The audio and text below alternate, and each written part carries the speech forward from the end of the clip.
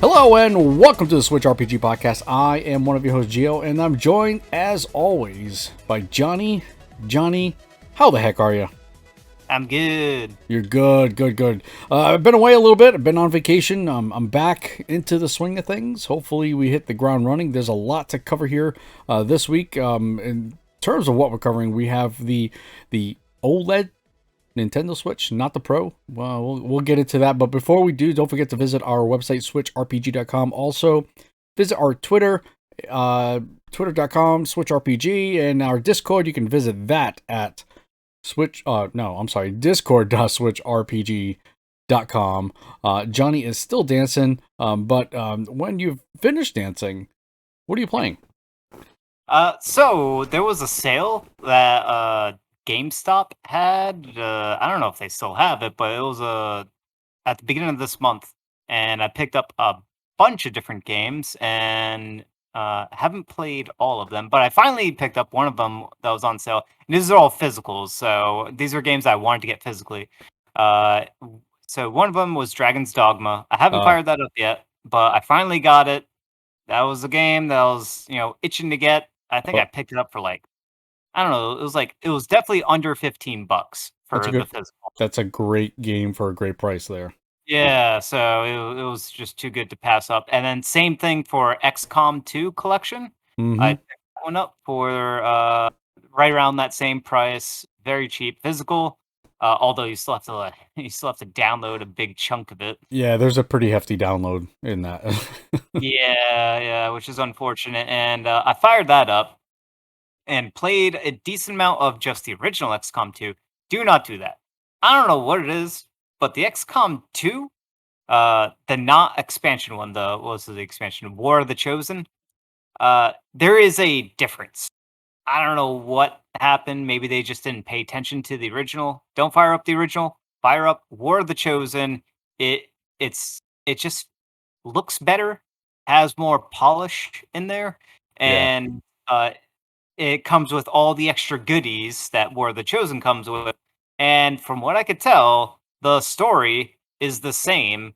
At least the start of the story, the first 2 or 3 missions are exactly the same, and it probably is going to continue to be the same with more different stuff on the War of the Chosen. So, yeah, I just wanted to.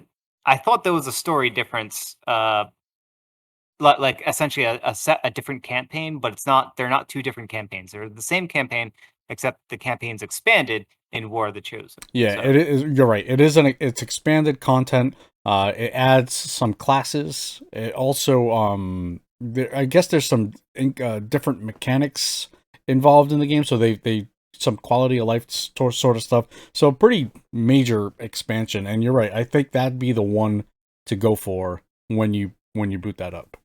Yeah, and I guess they left in the original XCOM 2 for the purists out there that want to play the original experience. But yeah, there is a difference when it comes to like graphics and frame rate and like performance and just glitchiness. There is a difference. I'm not saying that it's bad. It's just it kind of felt almost like it was just more performant on there was a slight glitch on War of the Chosen where like the very bottom of like video sequences movie sequences Yep. that would play out where the very bottom had like this, I don't know, this like weird rainbow band color thing going on. I'm guessing from like some video compression type issue Huh. or something like that. So that's there, but it's like it only takes like a couple of pixels vertically and stretches across the screen. So it's like you can ignore it. It doesn't detract from the experience all that much. Okay. And it's not present at all during actual gameplay. So that's the only negative thing from War of the Chosen. Everything else, graphically and glitchy and performance wise, are all like across the board better on War of the Chosen. I agree. I actually I really grown to like XCOM 2 or War of the Chosen more and more. I've always heard people talk about it, but my first time playing was on the Switch, and man, it is a good experience. I really really like it, and I now I understand why everything kind of gets compared to XCOM. You know, it's a really well done game. Yep, yep. Although, I have to keep playing it just to see how different it gets from the original remake of XCOM, the reboot, whatever you want to call it, the 3D XCOM. I'm not talking about the original Yeah, yeah. 79. So I'd have to see how much they expand it in XCOM 2. But if they don't expand it all that much, I would kind of lean towards it being other games similar to it, like Fire Emblem. There is some similarity hmm with Fire Emblem Three Houses and XCOM.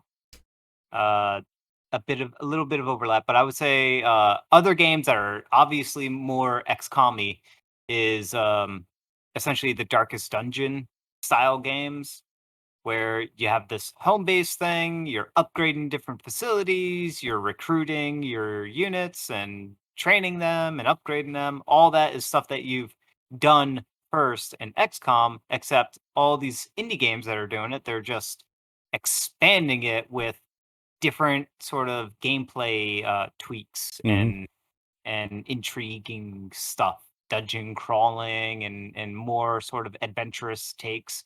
It all comes from like the X game meta formula.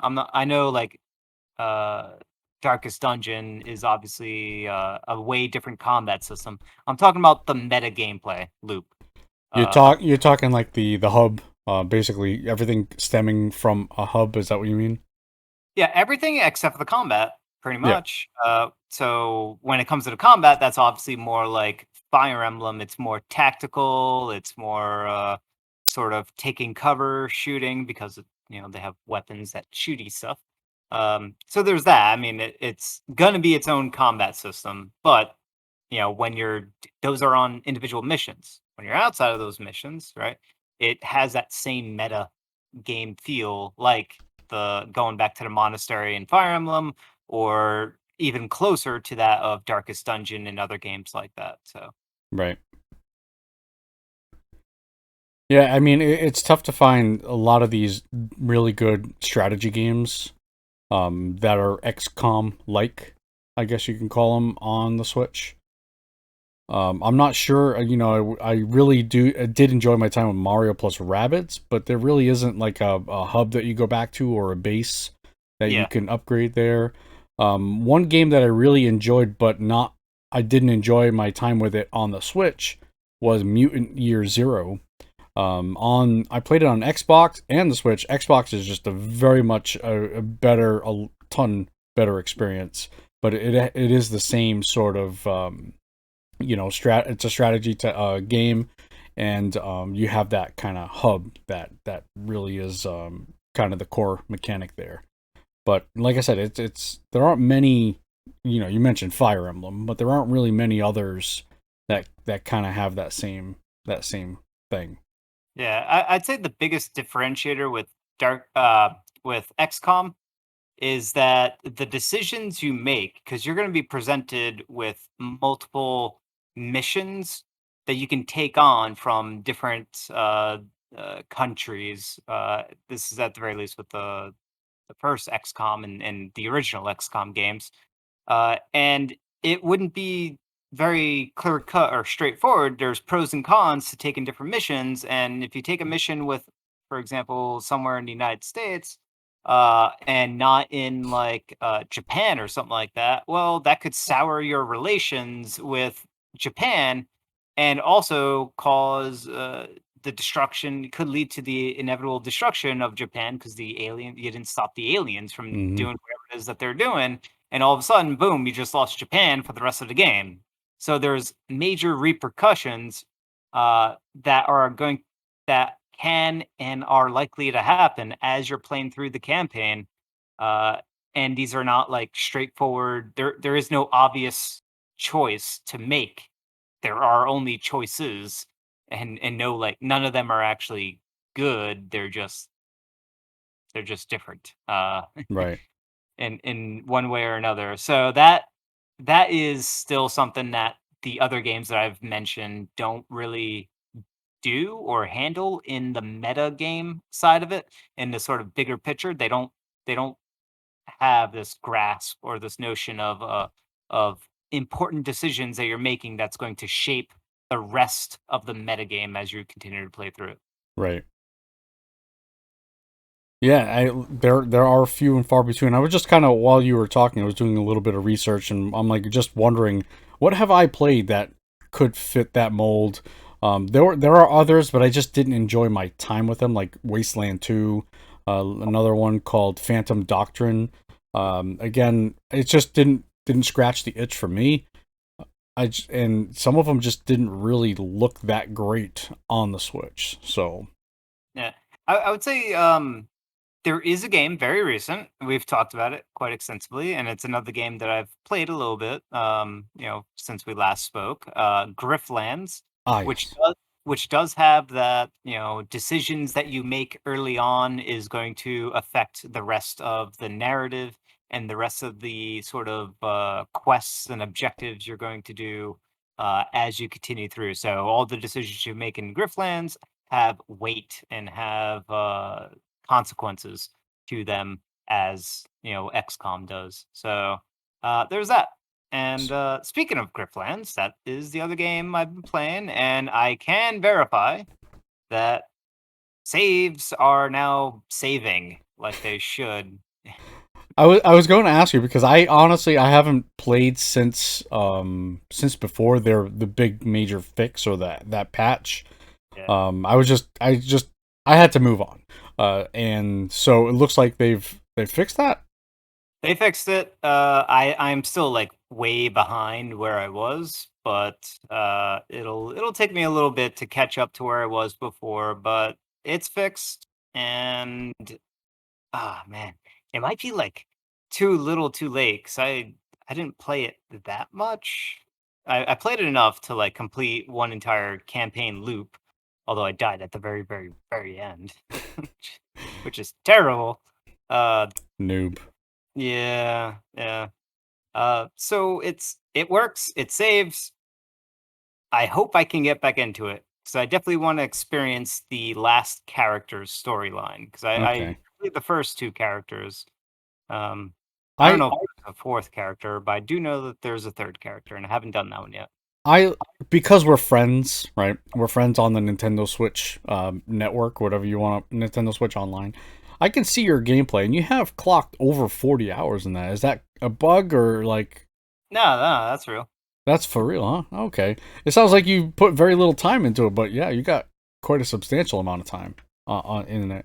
When I was first playing it, yeah, I went Okay. crazy on that game. Yeah, I put in at least 20 hours when I was first playing it, and then I noticed that my save it was probably like 20 hours in or something like that or more, I and gotcha. a file got deleted. And then I played through another full campaign and then it didn't save again. And I'm like, all right, one more time just to be certain.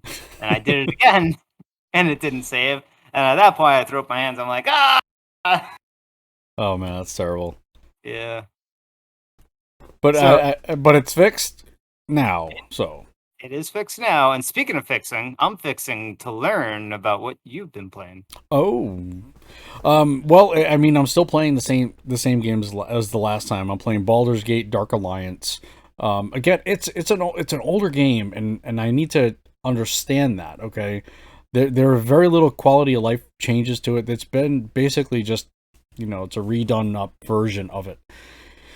And I have a problem with it because I'm playing as a ranged character, and I don't know that the game was meant to play that way. I mean, you can.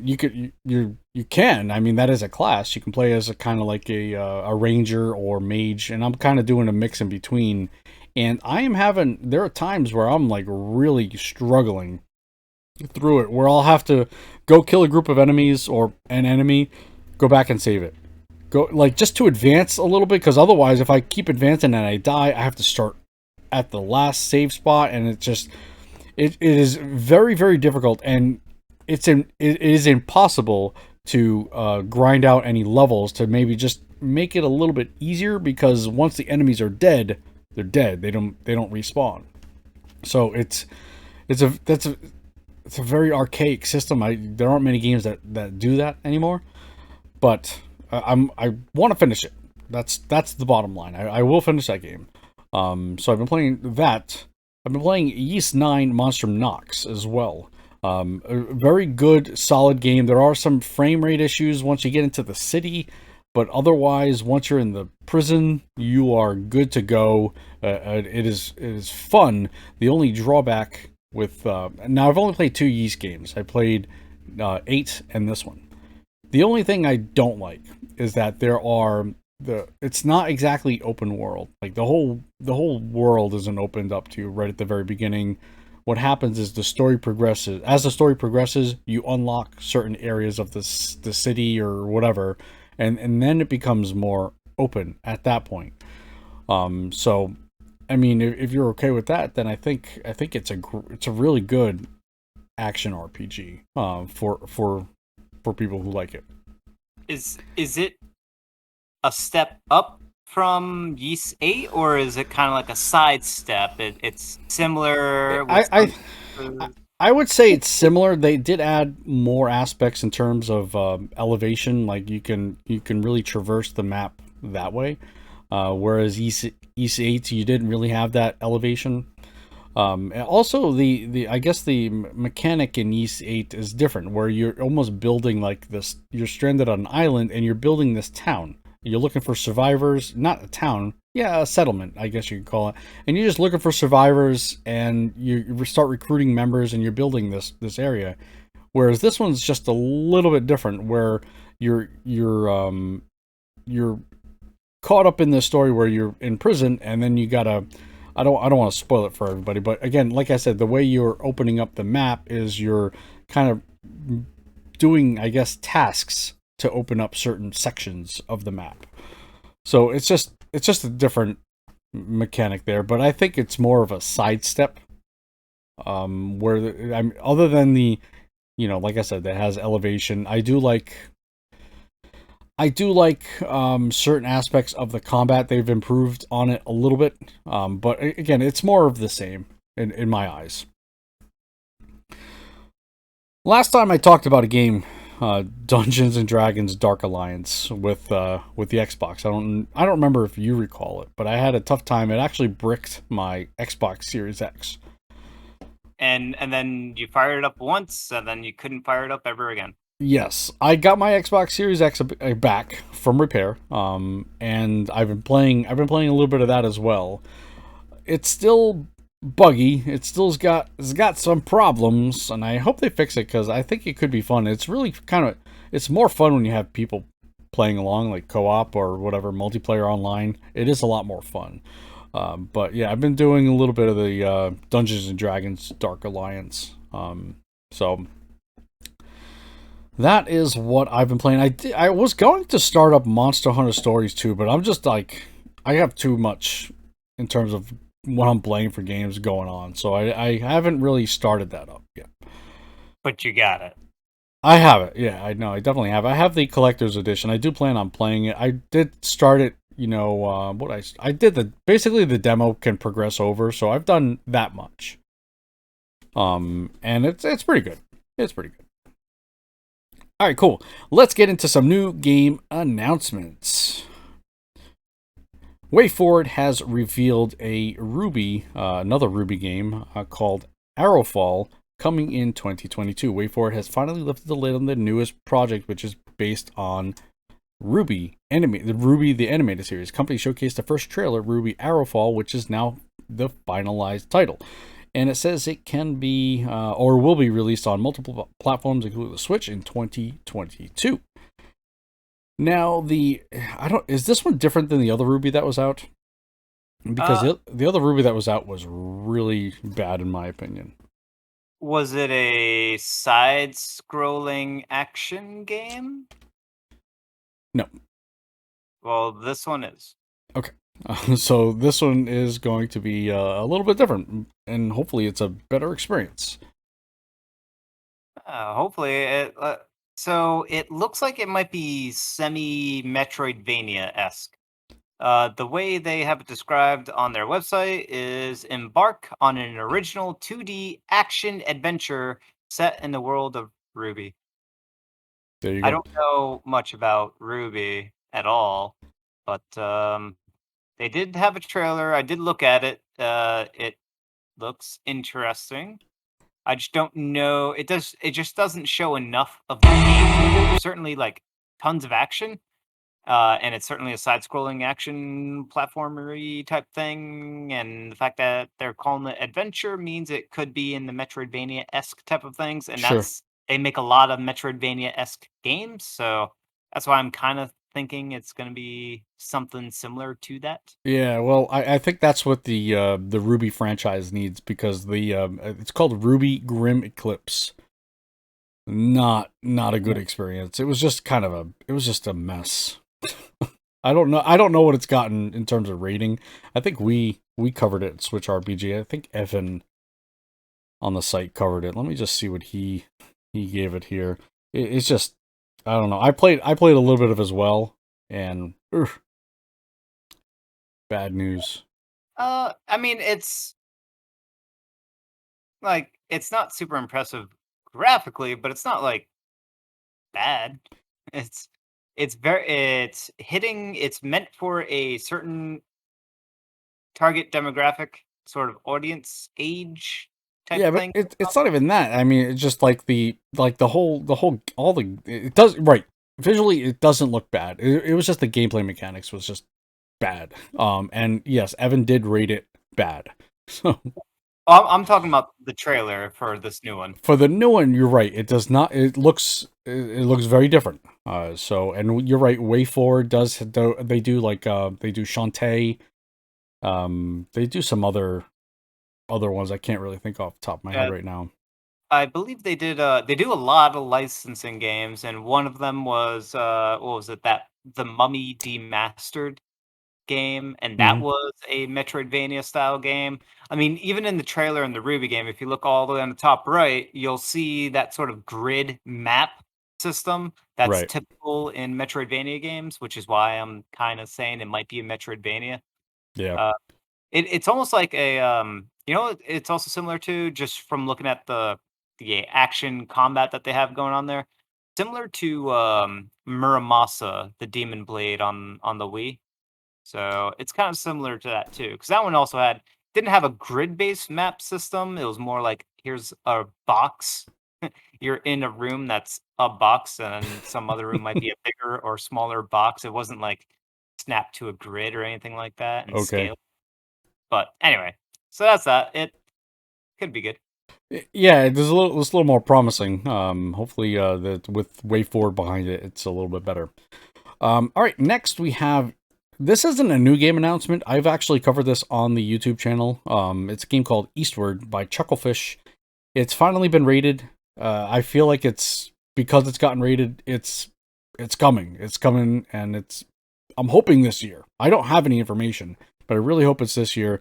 It is a really cool looking game. I'm not sure if you saw it, but it's got dynamic lighting, and just any games with dynamic lighting Yeah, just does it for me. it looks good. I'm just reading the rating summary, and it is not for kids.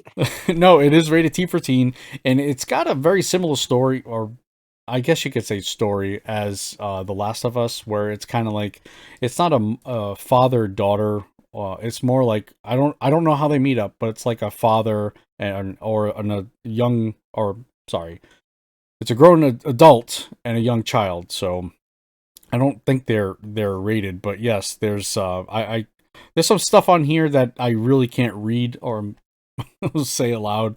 Yeah. But yeah, it is definitely rated T for teen. According to what they have here, yeah. And what we're talking about is, like, they got the A word and the B word. Yeah, but there's other suggestive themes in there as Yeah, well. it's worse than that. Those are the easy ones. Those are the safe. Yeah, those are the safe ones we can say on the podcast. Yeah. All right, next we have Dying Light Platinum Edition is coming to the Nintendo Switch this October, ready for spooky Halloween time. Ooh. I don't know who's been asking for this, but I loved Dying Light when it first came out. Now, it didn't run greatest. It didn't look visually stunning, but I just had a really fun time with it. It's kind of just an open world zombie game, and yeah, I'm not sure how it's going to run on the Switch, but it is coming. It is also a game that's what, like 7, 8, 9 years old? How old is that game? 6 years old. I was way off, but that's Mm-hmm. all right. It is an older game, and they've had plenty of time to fine tune it for the Switch, hopefully. Hopefully, I don't know who the porting studio is, but Yeah. But when it's that old, and it originally came out on what, the Xbox One, right? yes. And the Xbox One was not super impressive graphically. It wasn't like leaps and bounds ahead of the Switch. It was certainly ahead, just not like dramatically ahead like the Xbox One X. So, Right. so it'll work. I can see it working. I hope so. It also adds HD rumble, gyro aiming, motion controls, touchscreen, local, and online co-op. Touchscreen, I don't know how that's going to work. yeah. Touchscreen one has me thrown off. Yeah, HD rumble's fine. Gyro aiming and motion controls I will never use, but yeah, touchscreen. I don't even know how that'd be implemented, other than like maybe in a menu, maybe that way. I don't know. Are you saying you wouldn't do the gyro, or are you saying you wouldn't do the motion, or you wouldn't do either? Either. Really? Yeah, I'm not a fan of motion controls or gyro aiming. It made sense in some of Breath of the Wild. It was just easier to do some of the gyro aiming, Yeah. but like maybe like some of those puzzles. But other than that, I don't know. It's just not for me. I like the gyro aiming. I find it useful. I'm too old. I'm too old to learn something new. It just takes practice. That's all. Nah, nah. Eh. All right, next game we have Dodgeball Academia. Launches August 5th. Sports RPG Dodgeball Academia will launch for the PS4, Xbox One, Switch PC via Steam and Humble Store. On August 5th, publisher Humble Games and developer Pocket Trap has announced. Now there's a trailer you can watch. It does very much remind me a little bit of One Step from Eden. I don't know if you recall that game. Or I think it's Mega Man Network or Battle Network. Oh, yep. I don't know how it reminds you of that, but sure.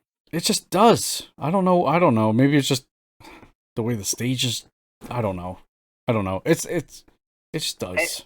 They're playing dodgeball. I mean, there's some wacky antics going on over here, so it's not like straightforward dodgeball at all, but Mm-hmm. they are playing dodgeball.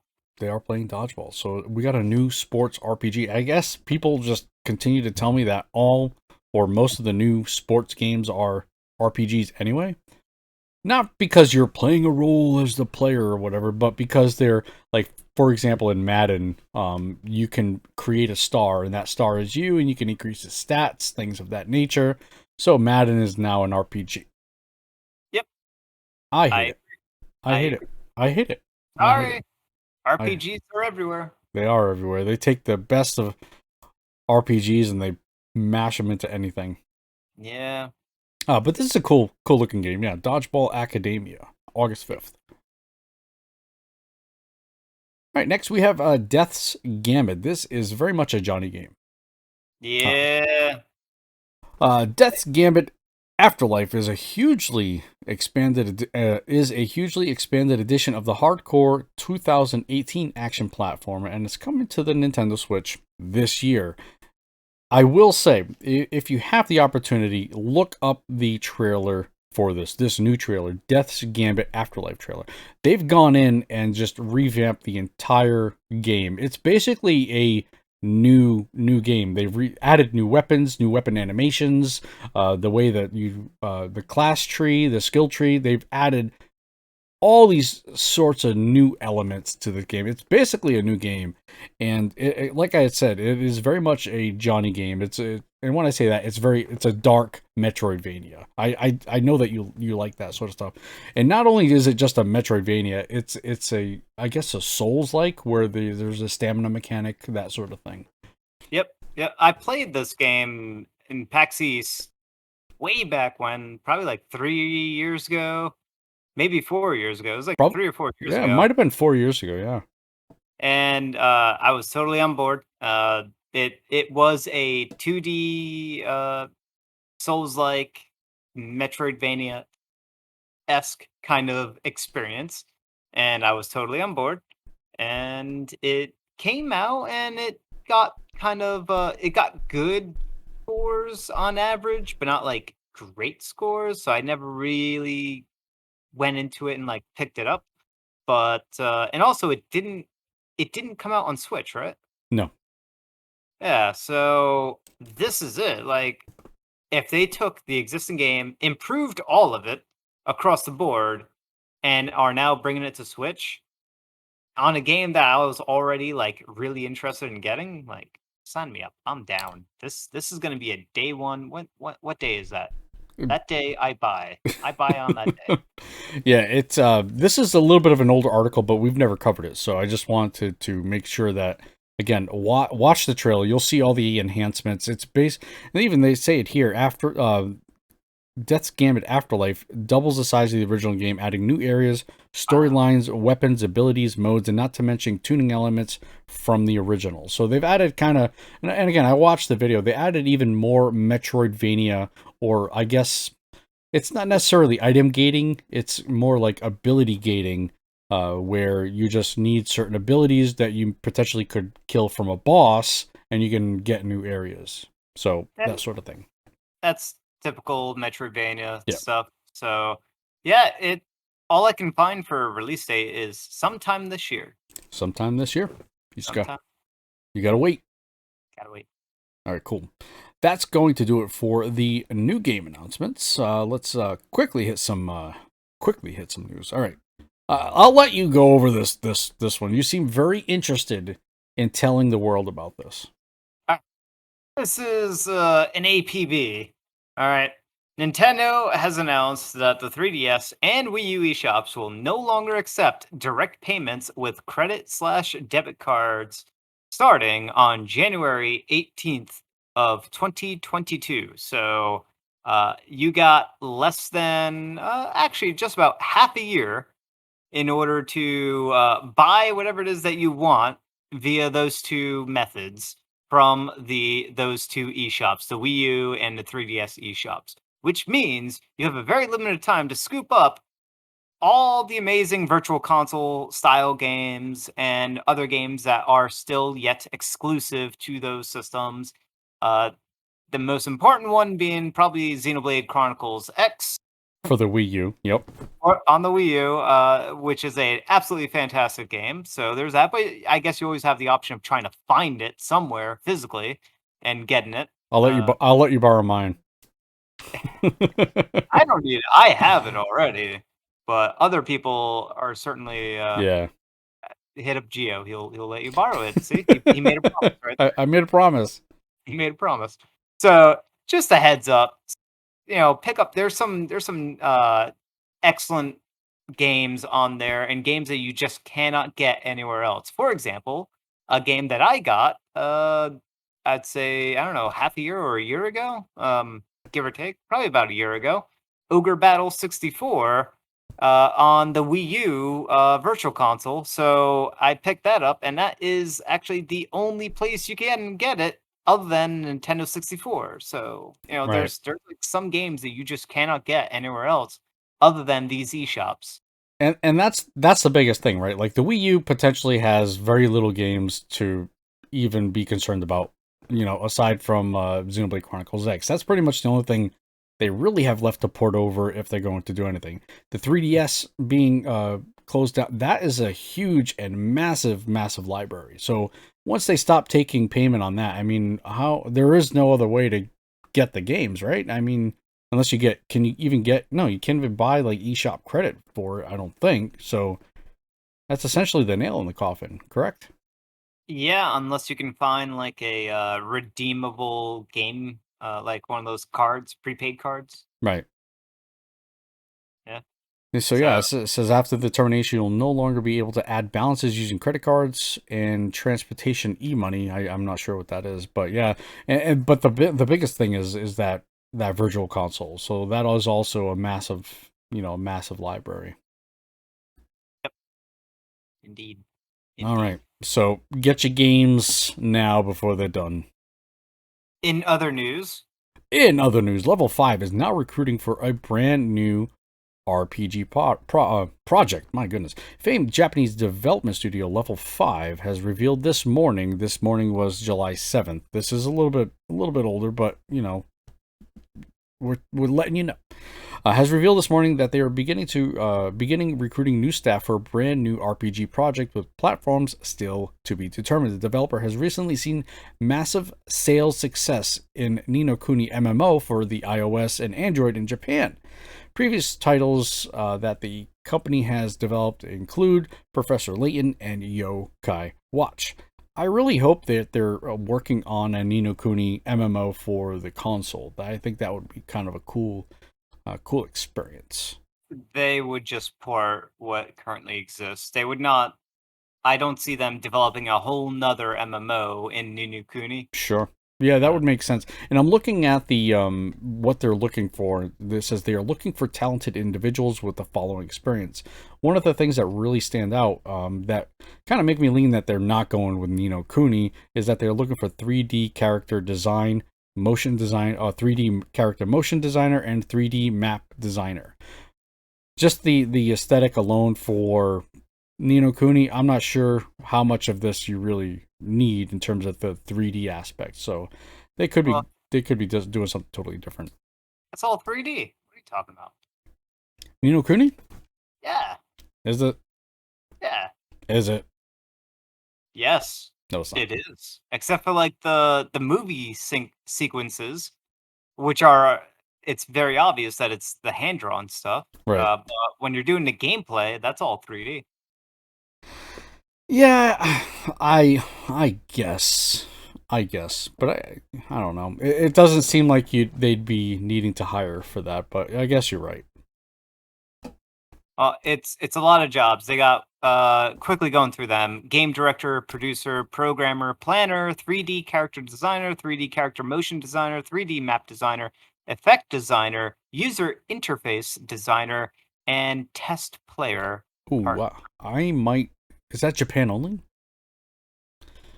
Probably. Dang it. If I had to guess, yeah.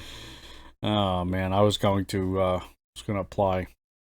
The one I'm a little concerned about is game director. Yeah. Like, they're looking for a game director. Do Yeah, they? maybe they just have like an idea of what they would like. Or something like that. But I mean, they should have a game director on board. Mm-hmm. Like they should. They should have at least a couple. So the fact that they're looking for one, did a higher up game director leave? I'm not sure. Yeah. I do not know. Let me quickly look. Rumor: massive employee exodus recently happened at level 5. That was December 30th, 2018. So I don't know. Yeah. But yeah, That, it's a possibility. yeah.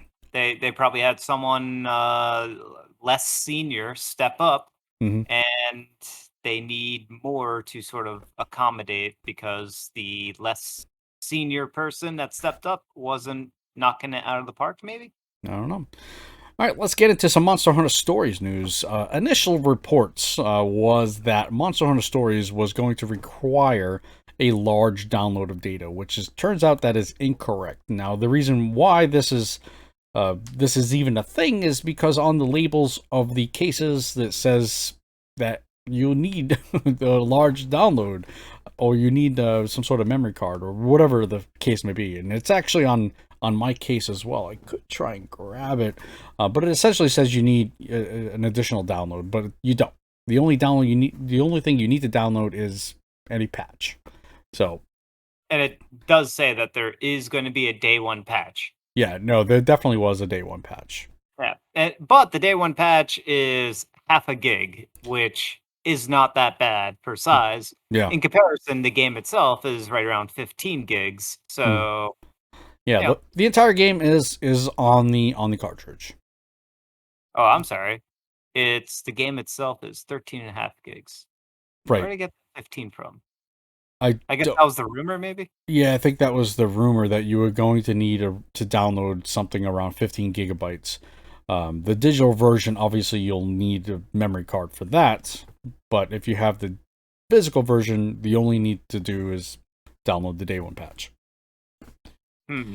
This this is actually a little confusing. Let's see here. And download. What are you confused about? Just the breakdown of the bullets. They have these all separated out. Yeah, Says physical version does not, in caps, not require any downloads or installation to start playing. right, And then I say the digital version is 13 and a half gigs, right, which is obvious. You need that space to download and install. And then it says the day one patch is half a gig. right. So, okay. All right. Yeah, I don't even think that the day one patch was a half a gig. I want to say it was like 300 or 400. So, but either way, it's nowhere near what the package says. I could grab it. It's really just out of arm's reach, but it did say that you needed 15 gigs on the actual case. Yeah. Well, I mean, you can just not download anything and still be able to run the game. Yeah. Yep. So, Speaking of Monster Hunter Stories 2, it has shipped over 1 million units worldwide, which is pretty crazy.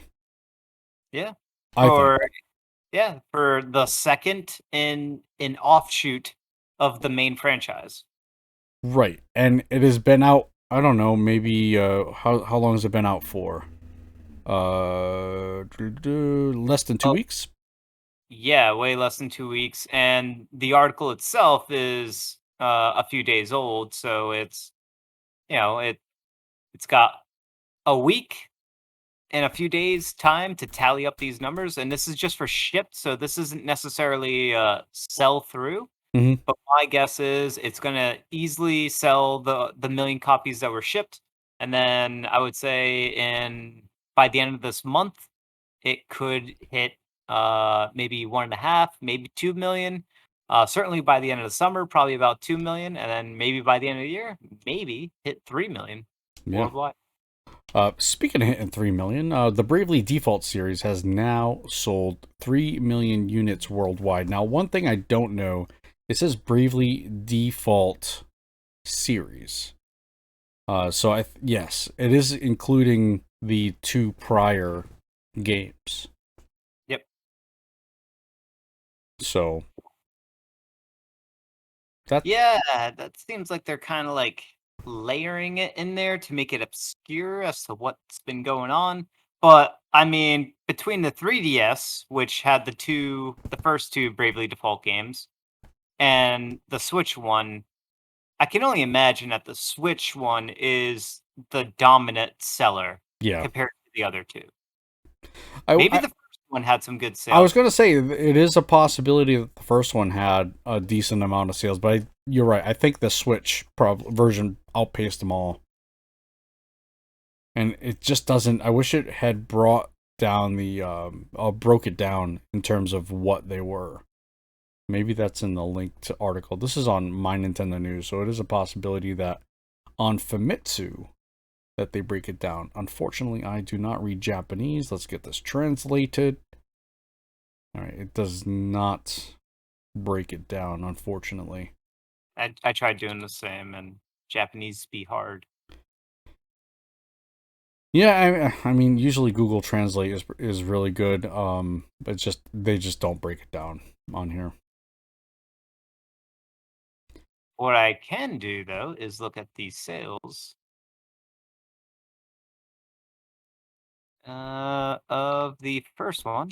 Bravely Default 2 has sold more than 600,000 copies. Okay, so let's see here. The original so there's a little quote here, and this is from Wikipedia, which is grain of salt worthy. Uh, No way. I believe everything.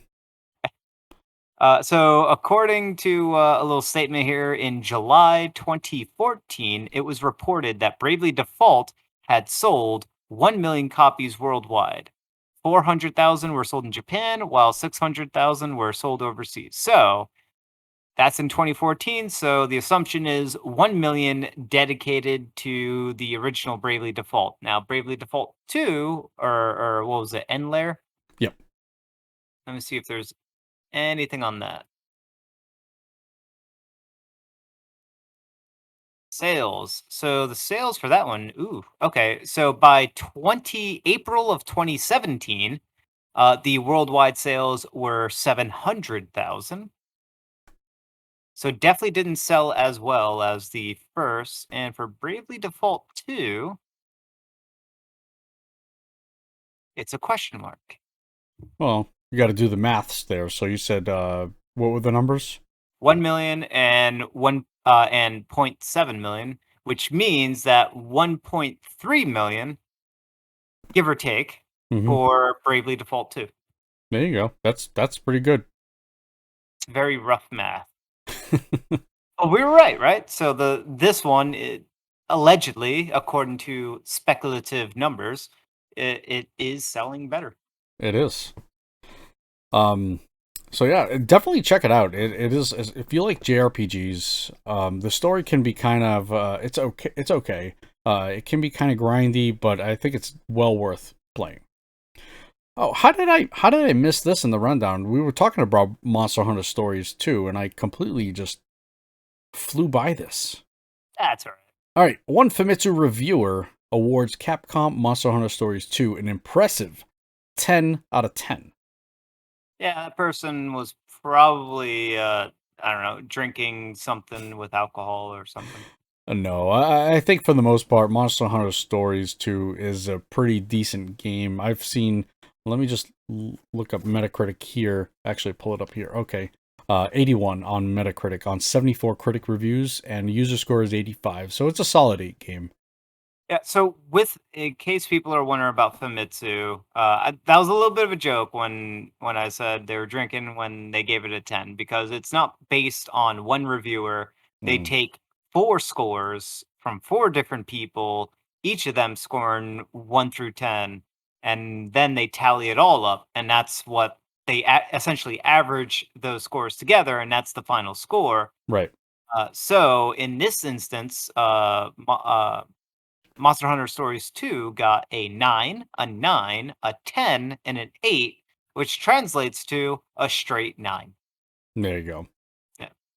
So if anyone says it gave it a perfect 10, that's just one person out. That's like 25% of the review. So it's like they're trying to polish something, make it look shinier. It's like hey, this thing I'm selling you is $9.99, and they just say, oh yeah, it's only $9. When in actuality, no, it's not. It's $10. It is still a good game. It is a great game. It is a great game. It definitely has a worthy score. Very worthy, and I'll be playing that next. All right. Because of Xenoblade Chronicles Definitive Edition, Monolith Soft's profits grew 138.2%. Wow. As it should. Wow. I mean, I Well, know. they listed the number too. Mhm. For the fiscal year, they made 10.67. All right, let me just say 10.6 million.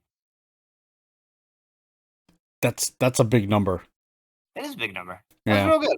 Yeah. Isn't their numbers, like their staff numbers, was under 100 for a while, and then they started going to this massive hiring spree? Yeah, they went on this, and we've been talking about it. They've gone on to this, massive hiring spree, with a lot of rumors circulating that they're working on multiple, probably two projects right now.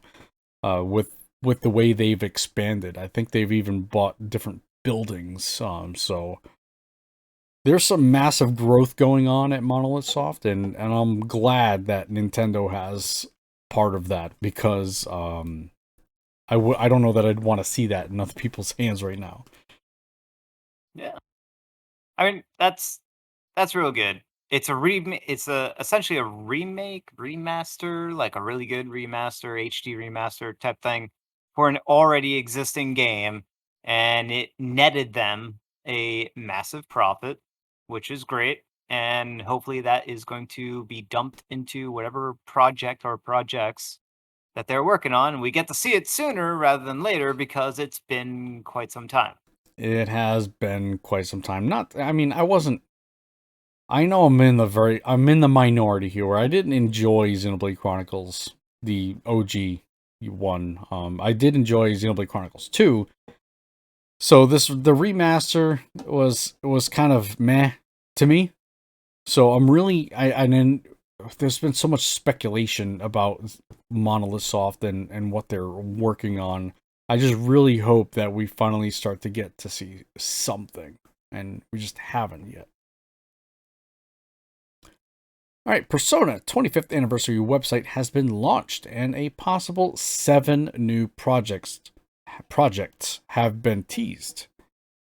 Now, again, you want to talk about take this with a grain of salt. Let me just read here. The acclaimed Persona series will be celebrating its 25th anniversary in September, and as such, Atlus has big plans for the franchise, including merchandise collaborations and, of course, games. The 25th anniversary website has gone live, and it seems that the team at Atlus are preparing for 7 projects for the beloved Japanese series, and both Atlus Japan and Atlus West say to be on the look. Atlus West say to please look forward to it. Now, there are 7 projects. It doesn't necessarily mean they're all games. Okay, I think we'll probably be seeing some anime, potentially a movie. I think we'll be seeing some of that as well. So, again, and probably also some mobile titles. Maybe we'll see. Those are some of the games we'll get. But yeah, definitely something film related, I think. Yep, cool. More Persona stuff. Certainly, at least one of them is going to be a game because that ties into bum, ba, da, ba, What? Atlas. Atlas is mass recruiting new staff for Persona 6, and the plan is to surpass the acclaimed Persona 5. So they're making big statements, very big statements. They want to. Right now, a lot of people are tooting Persona 5 as the big old one to beat, or Persona 4, or Persona 3. Pretty much 3, 4, and 5 have all been like major hits Mm-hmm. across the board, with 5 picking up probably the most in sales. And they have an upward trajectory, and they want to maintain that. And they apparently are getting ambitious. Hopefully, I mean, ambition in game design is a good thing, right? Yeah. So I'd rather see developers take chances with their franchises and be risque and do Mm-hmm. things, right? I mean, just look what happened with Breath of the Wild, right? You want to talk about risque? They like threw everything out the window and like we're going back to square one, and then throwing that out the window and doing our own thing. um, one thing I hope if they want to, like you had mentioned, keep that upwards trajectory, they need to put Persona 5 on the Switch. That would the sales for that alone would. I'd be interested in seeing where that would fall in line in terms of the other sales. I think it would do really really well. Yeah, and they're also hiring a lot. They got it looks like 3 different production teams, and then there's Atlas, who is also hiring for, Mm-hmm. like, a whole bunch of different things, and then so those 3 production teams, each hiring different positions, and then the core of Atlas hiring its own separate general affairs, human resources type positions. Mm. All 3 of the production teams are obviously looking for programmers because you always need programmers because that's, like, the core of the thing is the programmer. So yeah, a lot of work here. This This is a lot of hiring. I see 6 on one production team, 6 for another production team, 7 on another production team, not including the programmers That's a lot. or the planners, of which they have 2 different planners, a They have system planner and a scenario planner for each production team. This is insane. That is, let's see, 9 at a minimum for each team except for one of them being 10. So that's plus Atlas, that's like over 30 positions. Well over 30. Close to 40, maybe more than 40. wow. That's a lot. Certainly is. You know, it maybe they're really gearing up for this 25th anniversary. You know, like Nintendo should be gearing up for Zelda's 30th anniversary. And they did. And they did. They did not. Did You how do. how how Ow. how? Tell me, explain to me. I'm sorry, did you not watch the same E3 presentation I did? That was the Zelda 30th anniversary. You Uh, kidding me right now? we Come got Breath of the Wild 2 trailer that lasted for like a minute. on. The best You minute. should be happy. Yeah, I am happy. Don't get me wrong. I don't want to sound like, I'm being ungrateful. I'm happy they're doing Breath of the Wild too, but come on. Like give me some more. All right. I got the Game and Watch Zelda thing coming in. That's fine. Uh, Skyward Sword, whatever, Zelda Joy-Cons, whatever, amiibos, all this stuff. More. I want more. oh, gee, you're so greedy. I am greedy. I'm very Zelda greedy. All right, you want to talk about fiasco? My goodness, this next one, Neo: The World Ends with You, has leaked early due to the Square Enix store sending early codes. The North American Switch owners who have pre-ordered the long-awaited Neo: The World Ends with You from the Square Enix store have had download codes for the full game emailed to them early. Neo: The World Ends with You isn't scheduled to be released on the Switch until the 27th. It seems though as codes were meant to be contain pre-order bonuses, but they were the full game. Oops. Wow. They're That's actually they're it's not linked here, but there is an update to this. They've essentially there was a little bit of a workaround with this where you just put your Switch into airplane mode or whatever and you could continue playing the game. But once you connected to that great old internet, they blocked you. They totally again I'd have to find right here. Here's an update from Kotaku. Let me see if I can find something. Oh yeah, Nintendo have remotely revoked all digital licenses for the game after Square Enix accidentally sold eShop codes early. So, you want to talk about the reason why I like and prefer physical over digital? There you go. They could essentially just block you so easily. It's so easy for them to just block you from playing the game. yeah, go physical, people. Like, that's the lesson to be learned here. Go physical. But wow, yeah, what a major blunder here. And it says here another further update. Nintendo has claimed responsibility for leaking the game early, so they're taking the blame away from Square Enix, which is interesting. Okay. All right. That is interesting. Oh man. All right, so we got our new Nintendo Switch Online collections. 3 more new games. Aren't you so excited for these 3 new games that we're getting? Oh, you've never really heard of the games? I looked into them. Oh man. They're so bad. Yeah, so we get on the 28th, we get Claymates, which I've heard of, never played it, but yeah, we get Claymates, Jelly Boy, and Bomboozle. Yeah. Now, I'm a pretty big Super Nintendo. I think of all the Nintendo consoles, Super Nintendo is my favorite, right? I have heard of one of these games. And recently, the games that are coming in for Nintendo Switch Online have only been Super Nintendo. I think they've exhausted the Nintendo library in terms of what they're going to provide.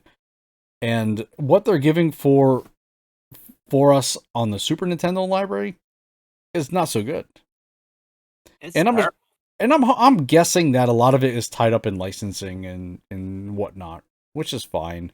I get that, but there are better choices, man. They're way better. Like instead of Claymates, how about Clay Fighter? Like I would accept that. I mean, I really enjoyed that one there. But Nintendo Switch Online in Japan, they get an actual RPG. They get Shin Megami Tensei If, I think that's I've never heard of it, but they actually get an SMT game. The original SMT. Oh man, what a slap in the face for us. I mean, it's free, I guess, so you can't really complain. But man, there are just so many better games that we could be getting from the Super Nintendo. My goodness, Yeah. Yep. We could. so bad. We should just move on. This is an insult. That's a it's an insult. You know what though? I will say this. I do like with the Switch Online stuff. I do like this whole Tetris, 99 thing or the Pac-Man. Pac-Man 90. Was it 99? I don't that Pac-Man event. One, whatever it is. It's awesome. And I played a lot of that one. Played a lot of the Tetris 99. I like those things. Those things Hmm. are cool. Is it enough? I, I'm fine. I'm content with it. I think what it really needs is more games like Smash Brothers or Mario Kart or something like that. Some big or Splatoon, some big time multiplayer sort of games that are going to actually utilize it, along with voice chat. Get us voice chat built in. No stupid phone app. Please, voice chat. Who wants to talk to people in a multiplayer game when you need to know where everyone is and talk to everyone? Please, come on. Speaking of kind of multiplayer games where voice chat would be really really important. I think it would be important. I don't know. I don't really typically play these games. Yeah, This is your avenue here. it totally would. So, Pokemon Unite, that League of Legends style game with a Pokemon twist, is now available. Everyone rejoice. You can get Woo! it. And I believe it's free. It should be free to play. It Uh, should be. should be. And yeah, go ahead. Download it. It has crossplay compatibility between the Switch and other mobile devices out there. And you can play League of Legends, but with the Pokemon Code of Paint. Ain't that fun? I don't know, but It's gonna but be good. I just don't know if it's gonna be like great. yeah.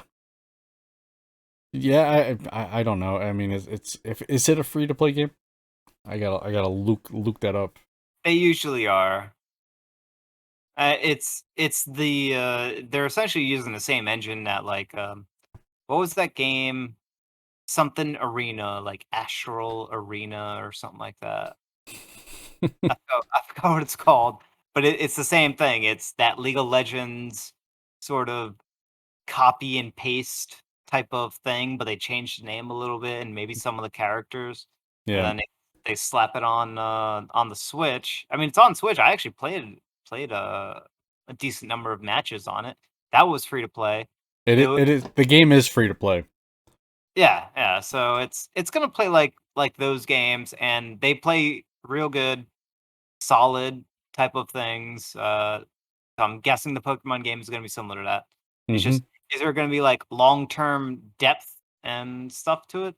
Whatever. It's free to play, so get it and play it, and then if it doesn't tickle your fancy anymore, stop playing.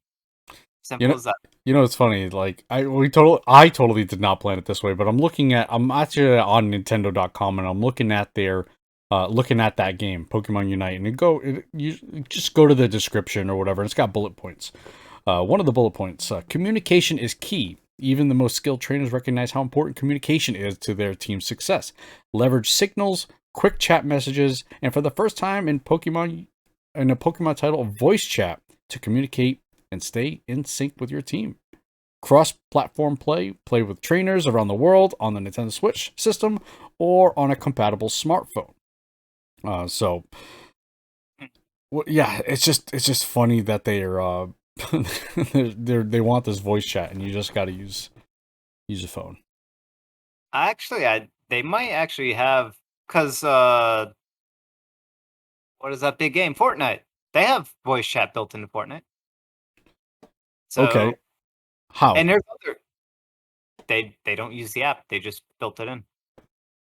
So do you need? I'm a Fortnite noob.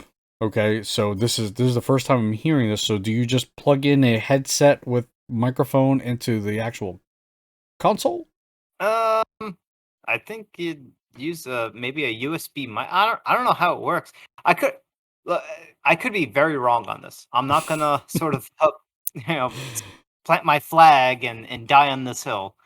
But I could have sworn they put in that functionality in there so that you could voice chat within the game, whether it be through like USB microphone or some other like connection. Uh, Gotcha. I don't know, Okay. and I could be very wrong. Right? I could be very wrong. Yeah, obviously we don't play the Fortnites, so Well, yeah, I played it for a little bit, but I never like did the voice chat stuff. yeah, I don't plan on ever playing it. All right, let's go to Rumorland. It's a lovely little place. Wait, we got to do that. I still don't add the sound effects. I don't know. I gotta find something. Anyway, a remake of the Fire Emblem game is almost complete. Didn't we think this was coming for E3? Yes, we did. What happened? I don't know. Oh man. I want this to be true though. All right, mynintendonews.com. You may recall that back in April, rumors surfaced that remakes of Fire Emblem Path of Radiance and Fire Emblem Radiant Dawn were being made for the Nintendo Switch. Although the rumor's credibility has since been called into question, another Fire Emblem related rumor of a similar type has now appeared. It's good news for you, right? It's the one I wanted. All right, let's which one is it? Genealogy of the Holy War, Oh, or the Burning Blade. are you sure are you sure this is not you writing this article? No, I didn't write this. Okay. Genealogy of the Holy War is the fourth Fire Emblem, and it's we talked about this. It's the highest rated Fire Emblem, with three houses being the second highest rated one, according to I don't know some Famitsu or Japanese audience type of rating thing that they did. There was a list somewhere Hmm. at some point that you and I discussed, and this game was the number one. So, and I've never played it. I'm jonesing for it. I'm jonesing. Remake it, bring it to Switch. Yes. Now, would you so you don't want a direct port? You want like a remaster or kind of a reboot? What are you calling for here? A complete remake. Just, I think the only thing that's redeemable about the original genealogy is the story. Definitely save that and fix whatever parts of the story that need to be fixed, but for the most part, keep it, mostly intact because that gets lots of praise for what it did. And the other bit is there were some. It was more RPG s in genealogy of the Holy War. The maps were way bigger. There was more exploration that you could do in the maps. You could actually go into castles in the middle while in the middle of a map and battling and fighting enemies. You can go into the castle and do like managerial type stuff, then leave the castle and go back out, like go into the castle, buy new weapons and items and stuff like that, leave the castle, then continue on your merry way, slaughtering people like crazy.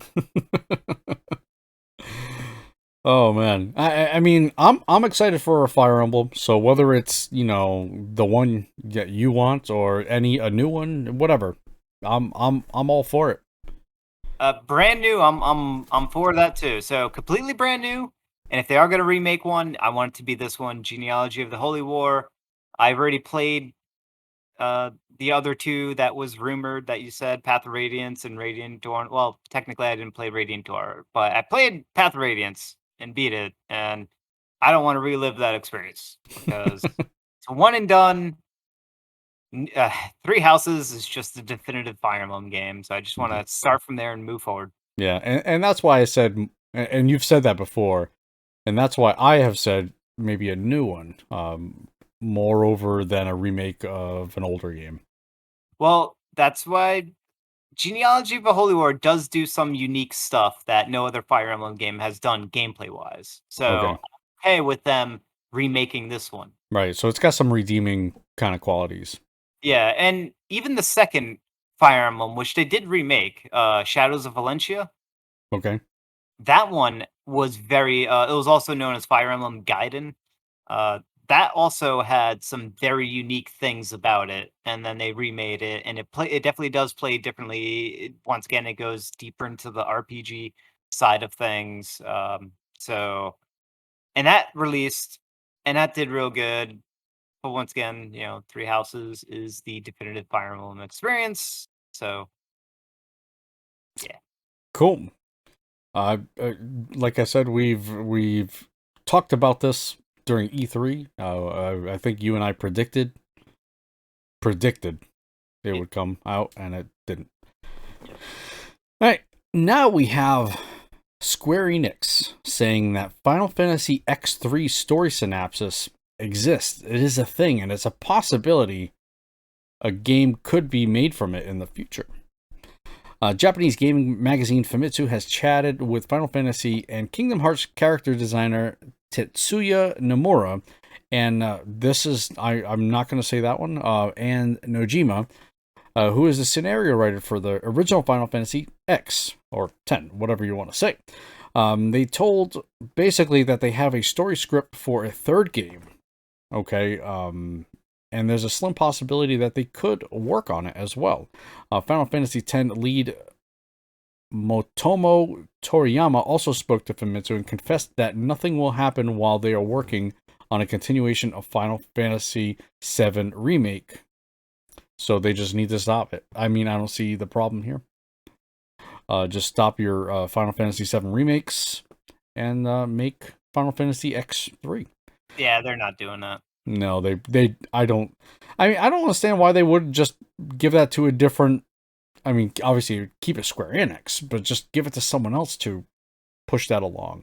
Uh, Look, just because you have a story synopsis doesn't mean you should use or build an entire production team around, making a game based on that synopsis because it's X3. It won't be as good as X2, and it certainly won't be as good as X. Yeah, I mean, some So, people prefer X2 over X. So, I mean, either way, I mean, you're right. It's a potentially X3 may not be as good as those two. well, X2 is kind of like a spin-off. It wasn't really Yeah. it definitely didn't feel like a legitimate long-running Final Fantasy type of thing, something that you typically get with a numbered Final Fantasy. Mm-hmm. It felt exactly what it is, a side story type of spin-off, and that's it. So, ah, Well, do you want a well, spin-off of a spin-off? But whatever. All right. You just totally just ruined my day. look, here look, they even said it themselves. It's either this or Final Fantasy VII Remake. I want That Final Fantasy VII Remake. nope. I don't. What? I don't have a PS4 or 5, so I don't even care. But you care about a hypothetical Final Fantasy X3? Yep. Did you Yes, even I. play X? Yes, I played X. Did you play X2? Yes, And you liked it? I liked X. I did not like Blitzball, but I liked X. I said X2. Did you like X2? No, that doesn't matter. That that All does right. not that does not matter. I agree. I want an accessible Final Fantasy game. Is really what I want. Bottom line, you Well, know.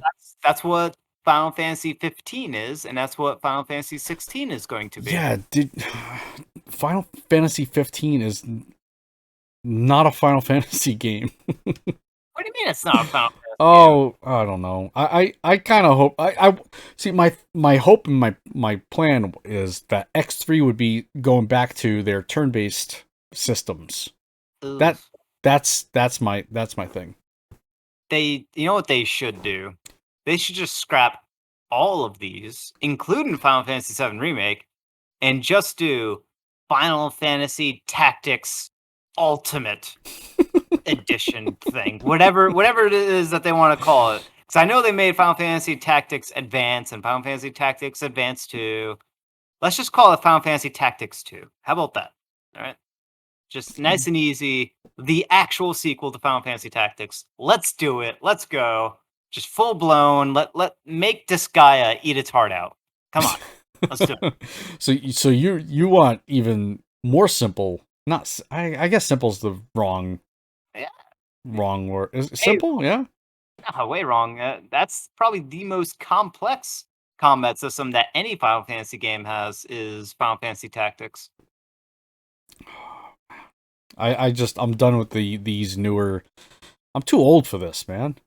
But in a Too, good way. It's complex in a good way because yes. it gives you No. the finest of tactical wine. Well, Mm-mm-mm. well, what I was getting at is that these newer Final Fantasies ain't like my Final Fantasies used to be. Is what I'm trying to say. Yeah, because they sprinkled in some action because action be good. Well, oh, I guess. Well, the last turn-based iteration was 10 and 10 too. So Well, technically 11 and 14 and kind of 12.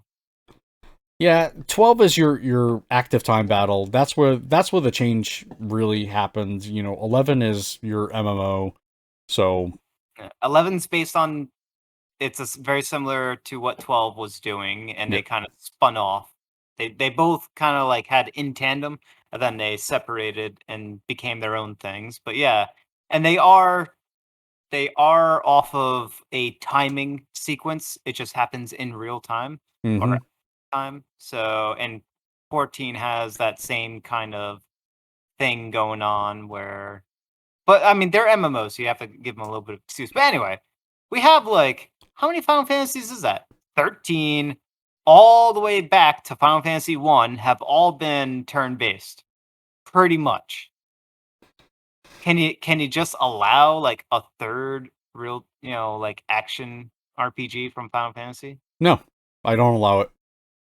Because even Final Fantasy 15 and 7 and or 7 remake, I meant, and likely 16. Now, so technically, there's only one that's kind of action, which is 15, and then there's 7 remake, which is also kind of action.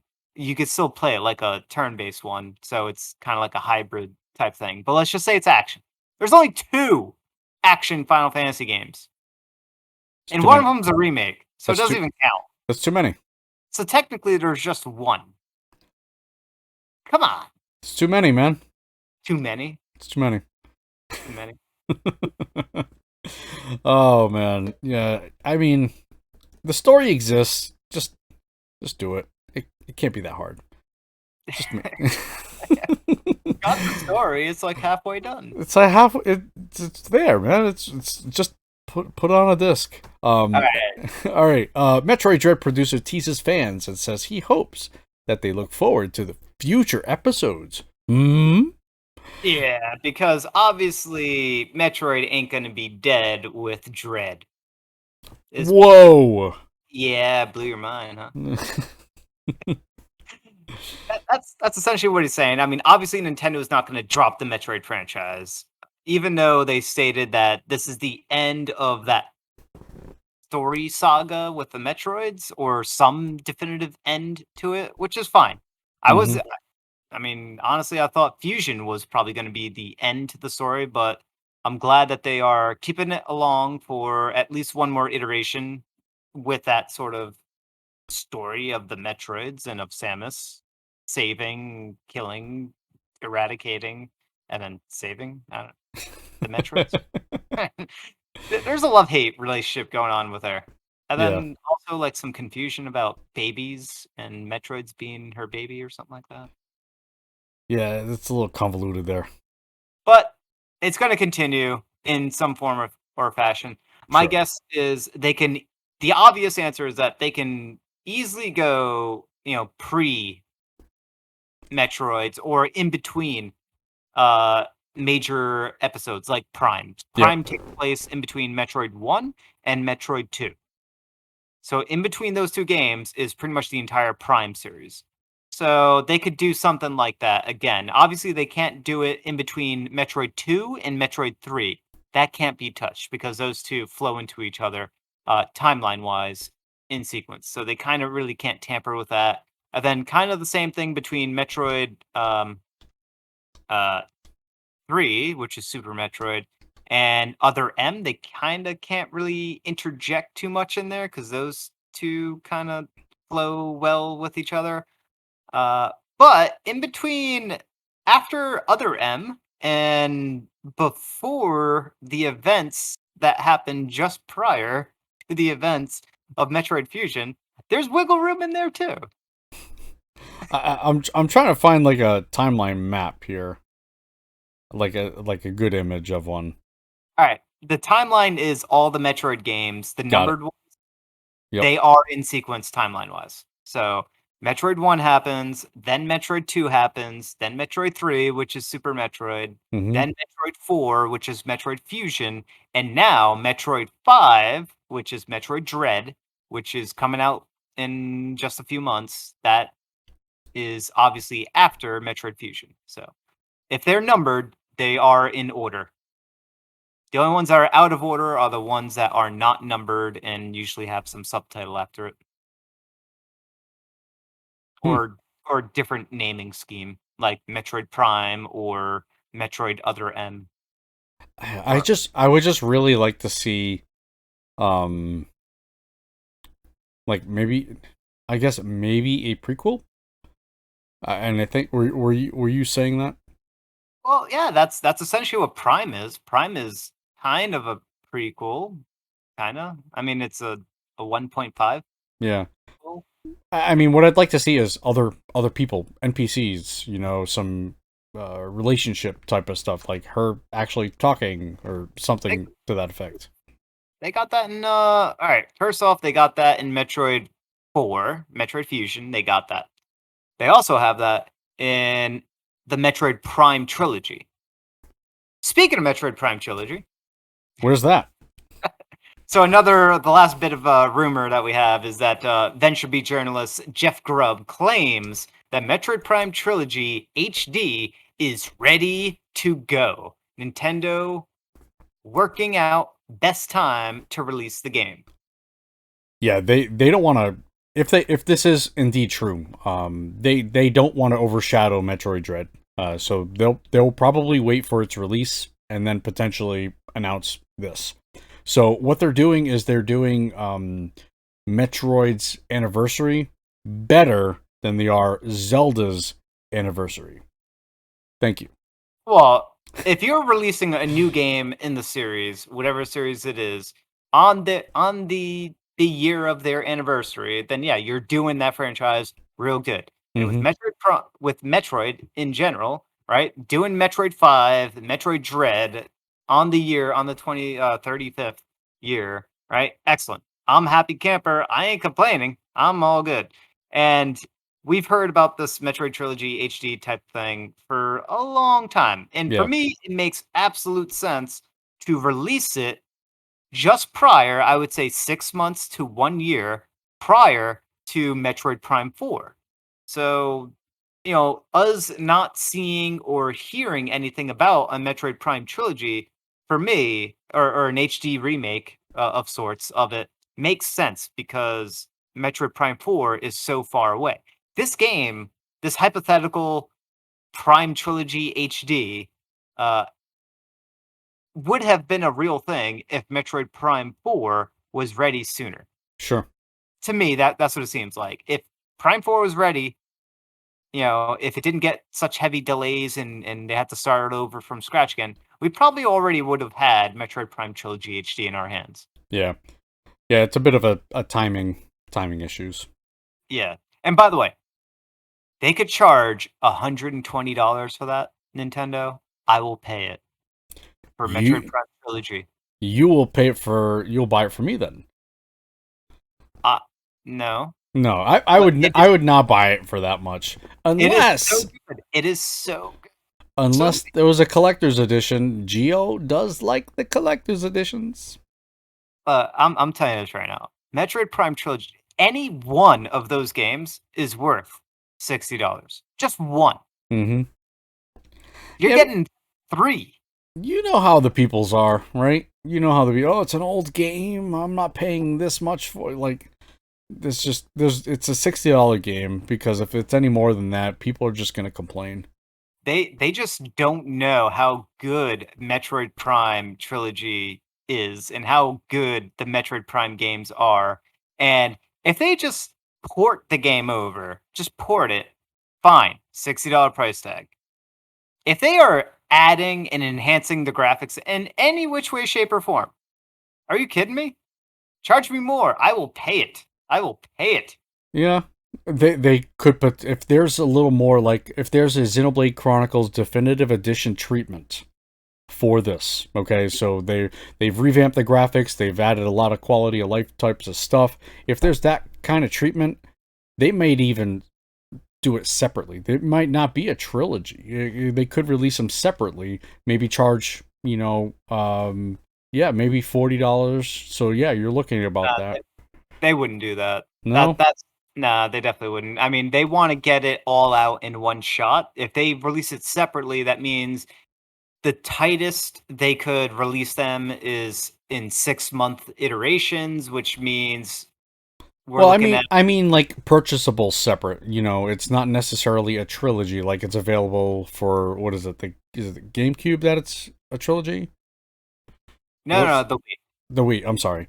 Um, so not necessarily in one package, but just all right. Here's the three of them. You can purchase them separately.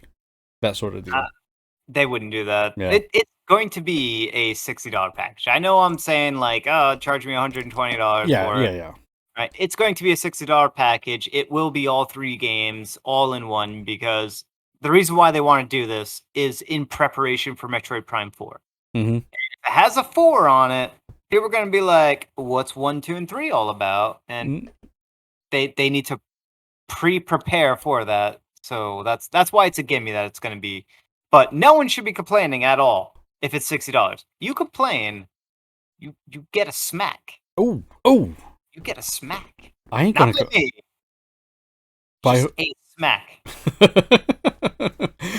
hey, I'm buying it, so you can't complain. I'm not gonna complain. All right, let's leave Rumorland for a little bit because this is still potentially rumorland. Nintendo president says company is considering possible future mini consoles. Question and answer session at this general meeting of the shareholders held by Nintendo. President Shuntaro Furukawa, sorry if I butchered that, has revealed that the company is considering the possibility of more mini retro systems. So we have the regular Nintendo Mini Classic and the Super Nintendo Classic Mini, and they were very successful. In fact, sometimes they're pretty even now hard to find. And so they totally get that it's something that people really want out there. So I totally understand this. Now here's my thing. What would be next? Would it be the Nintendo 64 and we get to play the 3 good games that are on it? Or would it be I was thinking not Three. even what's that? 3 good games. I'm sorry. 4 good games. 4.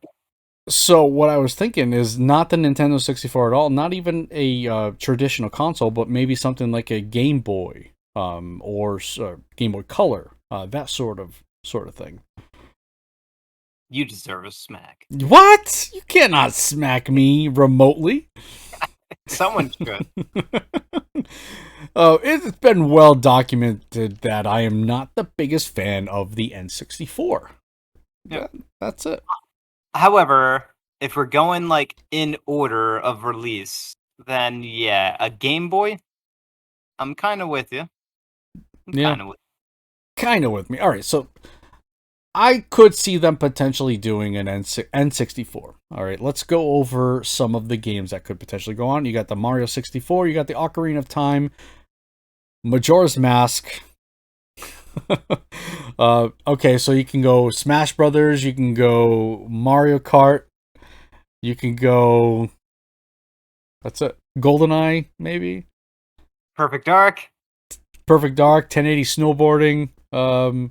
Wave Race, Yeah. I Island mean, Wave, I think at that point you're already kind of in the mix for games that are okay. Star Fox. Are you Again, kidding me? you're in the F-Zero. okay. They're okay games. Keep go. Did I say Perfect Dark yet? Because if I haven't, I'll say it again. Because that you, right there is you, so you amazing. you did mention that game, yeah. Well, Perfect Dark again. All right, Banjo Kazooie 1 and 2. All right. Meh. Maybe Donkey Kong 64. Some people are wishy-washy on that. You know what? Put Donkey Kong in there. He's still good. And I've already mentioned this game, but I'm going to mention it again because now it's the perfect time. Ogre Battle 64. Yes, please. So how many Yes. games did we mention? Maybe like a dozen. And That's like 15 games right there. I don't Maybe know. more. That's awesome. 15 games? Look, if it's a dozen, what would be the limit for you? Would you be happy with just a dozen? Because I mean, we're talking a dozen excellent games. I would be happy with that because I tell you what, I mean, what happened with the Nintendo mini console and the Super Nintendo mini console is they just broke it. So you could just put whatever you want on there. So you could potentially get the whole library on there. Anyway, so it doesn't really matter. But yeah, I think you could, in Johnny's world, you could get a dozen to 15 games on there. Oh, you could. There's way more than just those that were mentioned. I mean, Turok 2 are both excellent games. Not as good as Perfect Dark or GoldenEye, but oh man, those games are good. Yeah. Okay. There's more. I mean, there are some really. I'm certain Doom would probably be on there. I mean, there's been a lot of Doomy style games like Hexen and Let me others. just look up some of these games here. There's so many good. There's so many good N64 games. Oh, yes, there's your Ogre Battle 64. Right there. I mean, You we're talking creme of the creme. you didn't even mention some of these fighting games. Well, we mentioned Smash Brothers, but we got Killer Instinct Gold. Remember how terrible that was? And Mortal Kombat Trilogy, probably one of the worst Mortal Kombats. Oh, that was on other consoles as well. So you can't blame the N64 on those games. Okay? I can and I will. Oh, that makes you just malicious or like. Yeah, but you mentioned Wave Race. You didn't mention any of the Pokemon games. Paper Mario. It's not the better Paper Mario. Paper Mario. How could I forget? That one's excellent. Absolutely excellent. I mentioned Banjo Kazooie. Mario Tennis is all right. Well, pretty much the Mario sports games are all decent enough. Blast Corps was pretty good. I don't know if that one would hold up in recent time, but it is good. Beetle Venture Racing was really good. I mean, there's all right. WWF No Mercy. That game was revolutionary for wrestling games. I'm not even a wrestling fan, and that game was good. I still prefer my Super Nintendo Royal Rumble. That is a really good one. Yeah, I do remember that game. It was really good. Also, Excite Bike 64 was excellent. Diddy Kong Racing was really good. That game was hard too. Real good. Rogue Squadron. You want to talk about an excellent game right there? Rogue Squadron, just really good stuff. I mean, just in first party games alone, they could fill up pretty decent amount. So yeah, there are Jet Force Gemini. That's another good game. There's so many good games. So many good games. Castlevania. How can I forget about Castlevania 64? Because it's not good. It is good.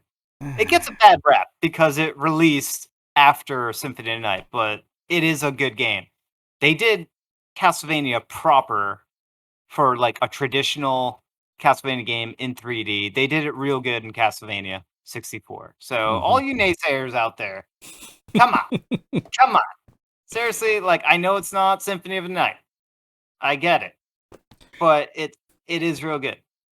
And I did mention Game Boy, right? So I'm just kind of looking at their games, and I don't know that these would stand up, to be honest with you. So I mean, maybe I should take that back. Yeah, there aren't too many on Game Boy. I mean, you got Link's Awakening, which we already have a remake of. That's Hmm. definitive. We got the Oracle of Ages and Oracle of Seasons, and then after that, what do we got? We got like Mario versus Donkey Kong. You didn't say Tetris, so Tetris is a thing. Wario Land, uh, Kirby's Dream Land. I played so much of Kirby's Dream Land on there.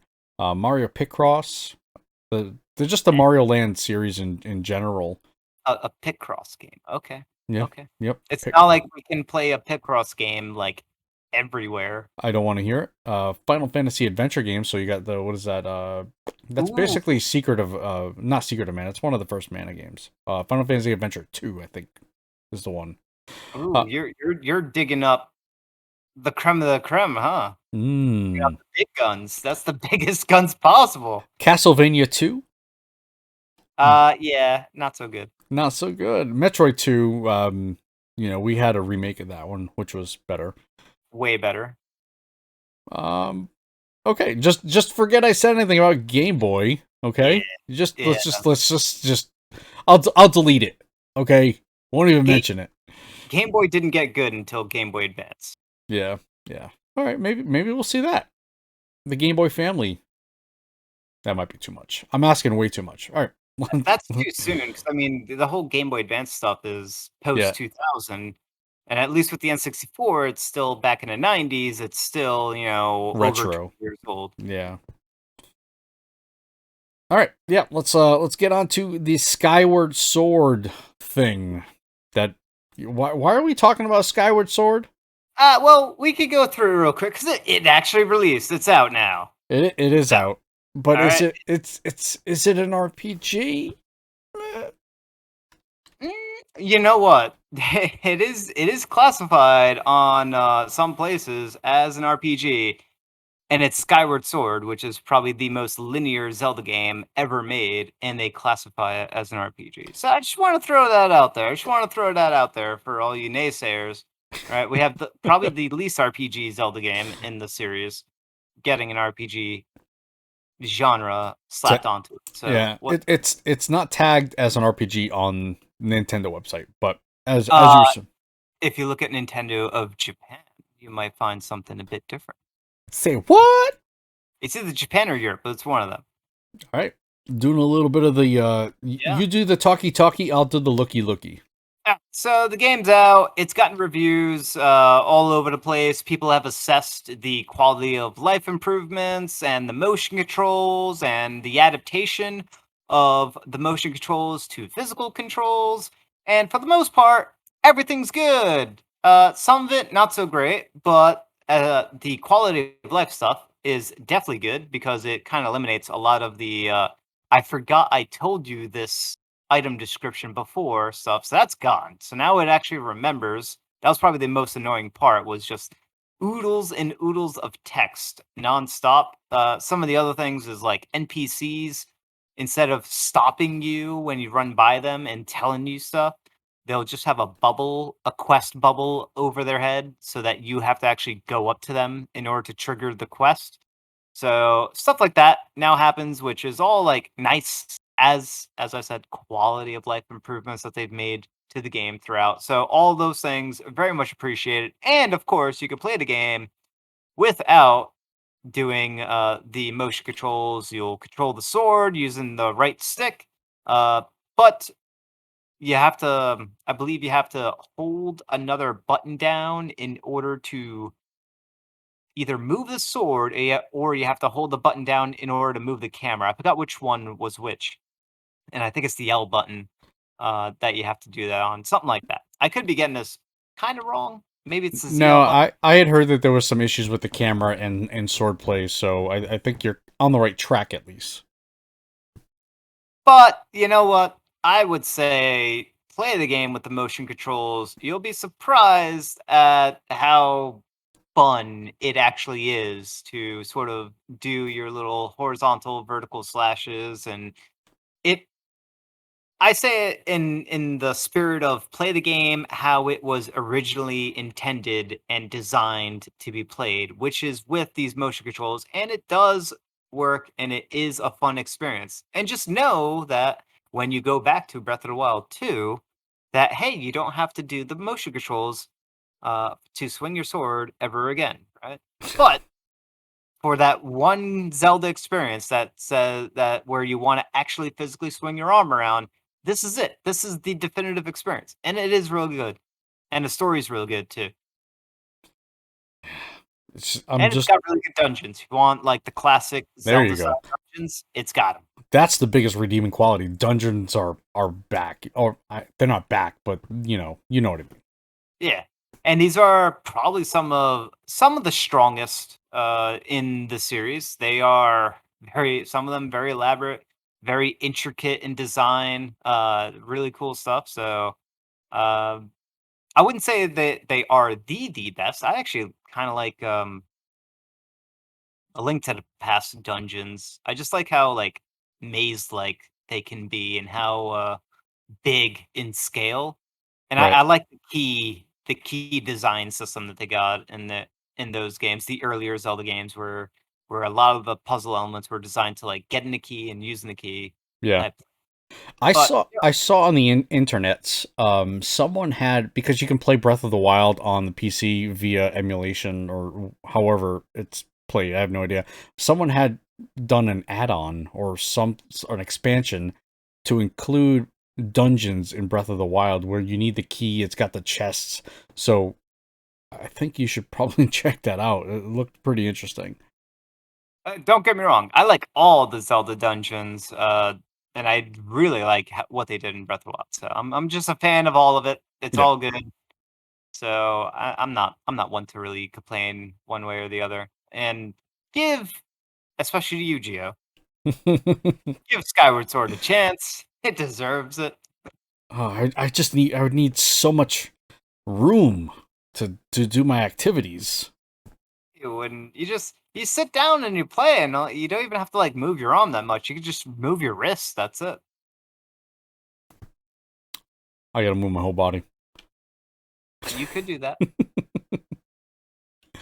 All right. Uh, So that's the Skyward Sword essentially content in a nutshell. hmm The game is what like 82-ish on Metacritic and OpenCritic and stuff like that. Yeah, it's gotten some decent scores. Yeah, that's some the low end of great, but still great scores. All right, so the last sort of news tidbit that we have going on here, and this is the doozy. The It's the big one. doozy. It is the OLED Switch model. So yeah, there's been a new I guess revision. I would call this a revision. Hardware revision. Yeah. Uh, yeah, but a substantial. If it is a revision, it's a substantial one. Yeah. Well, I don't know. Not so much. Not for everyone. It's a substantial revision to those that primarily, or for the most part, play it handheld. Because other than that, and maybe tabletop, because it's got the wide access kickstand, that sort of thing, and improvement placement on the speakers. So the handheld, I guess, experience has been improved vastly, and it's so much so that I don't even know. It's almost in direct competition with the Switch Lite. I would say. I'd So say it's probably a gonna be a better experience than the Switch Lite because you can detach the Joy Cons. yeah, and also play it on your TV. So I mean, It it is more expensive though. It is $150 more, right? Or 100. I don't know. I've never looked into the light versions of the Switch, but it is a little bit more than the regular Switch iteration that's out there. Yeah, the regular being 300, this new model being 350. And I will say it does offer an improvement to those who play docked, and that improvement is built-in Ethernet port. Now, is that really, I mean, an Yes, improvement? Is it yes. though? It I am hoping, I don't know for certain, but I have the USB adapter dongle for Ethernet, and I'll tell you this right now: the the performance, the online performance, is significantly better when playing cabled versus plain wireless. Right, but that option is so readily available, that USB 3.0 to Ethernet adapter. It is so readily available and pretty dang cheap. I think it's under $10 you can get that dongle. And you're Yeah, right, it's definitely the way to play if you're going to do anything online related. But I guess that having that all included in the dock is nice, but yeah, not all that necessary to I don't know, call for this $50 upgrade. I know that the screen is the bigger, is where the money is, right? That's what you're paying that $50 extra for. well, Um and the storage. So instead of what was it, 32 gigs, it's now 64 gigs of internal Internal. storage. Yep. So that is the other difference. So there is, it's not like as straightforward as it's mostly for handheld. There is a benefit if you are mostly a docked player. There is a benefit. Yeah, but not worth, in my opinion, not worth selling my current model. All right, whether it's version 1 or 2, to me it's just not I would not be I will not be upgrading. Is really my point. I just don't see the benefit of it. I can easily get that dongle. It's not expensive. I can easily upgrade my storage for memory or whatever. What really is the kick in the pants is that there's no real clock speed and upgrade. All the more important internals were not really upgraded.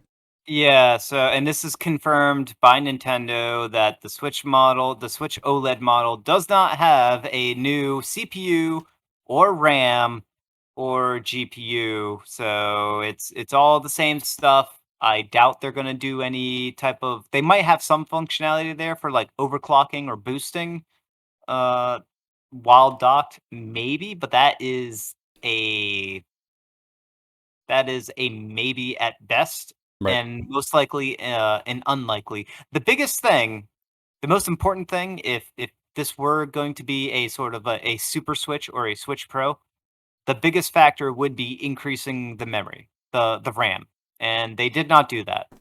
The only Now, some people might see, because Digital Foundry and other places have reported that the dev kit for the OLED model of the Switch has increased RAM, but that's not the Switch model itself. So don't get your hopes up too much. And the dev kit only went up by 2 gigs from 6. So Yeah. big, not a big deal. Yeah, so that increased RAM capacity would have been, man, that really would have been nice to have in the consumer version. Whether, or like, I would really even like the 6 gig RAM version. Give us something. And there wasn't in there. And you're even getting the same Joy-Cons, so you're gonna end up with the same Joy-Con problems. So I don't know. Again, I gotta remember that this is just a hard. It's almost like a really just a hardware refresh. So they're updating it slightly, and I just can't justify me getting rid of what I currently own to get this.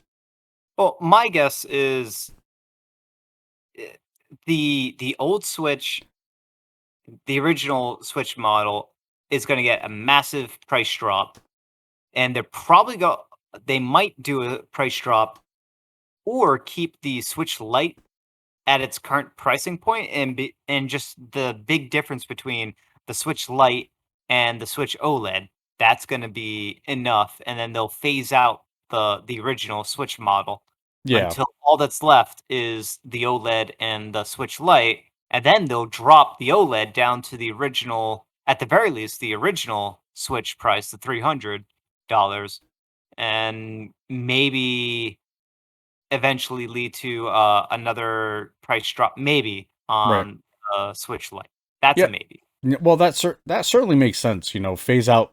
The version 1 has already been phased out, but the version 2 of the docked version that people currently have, and then this new OLED version, essentially just takes over.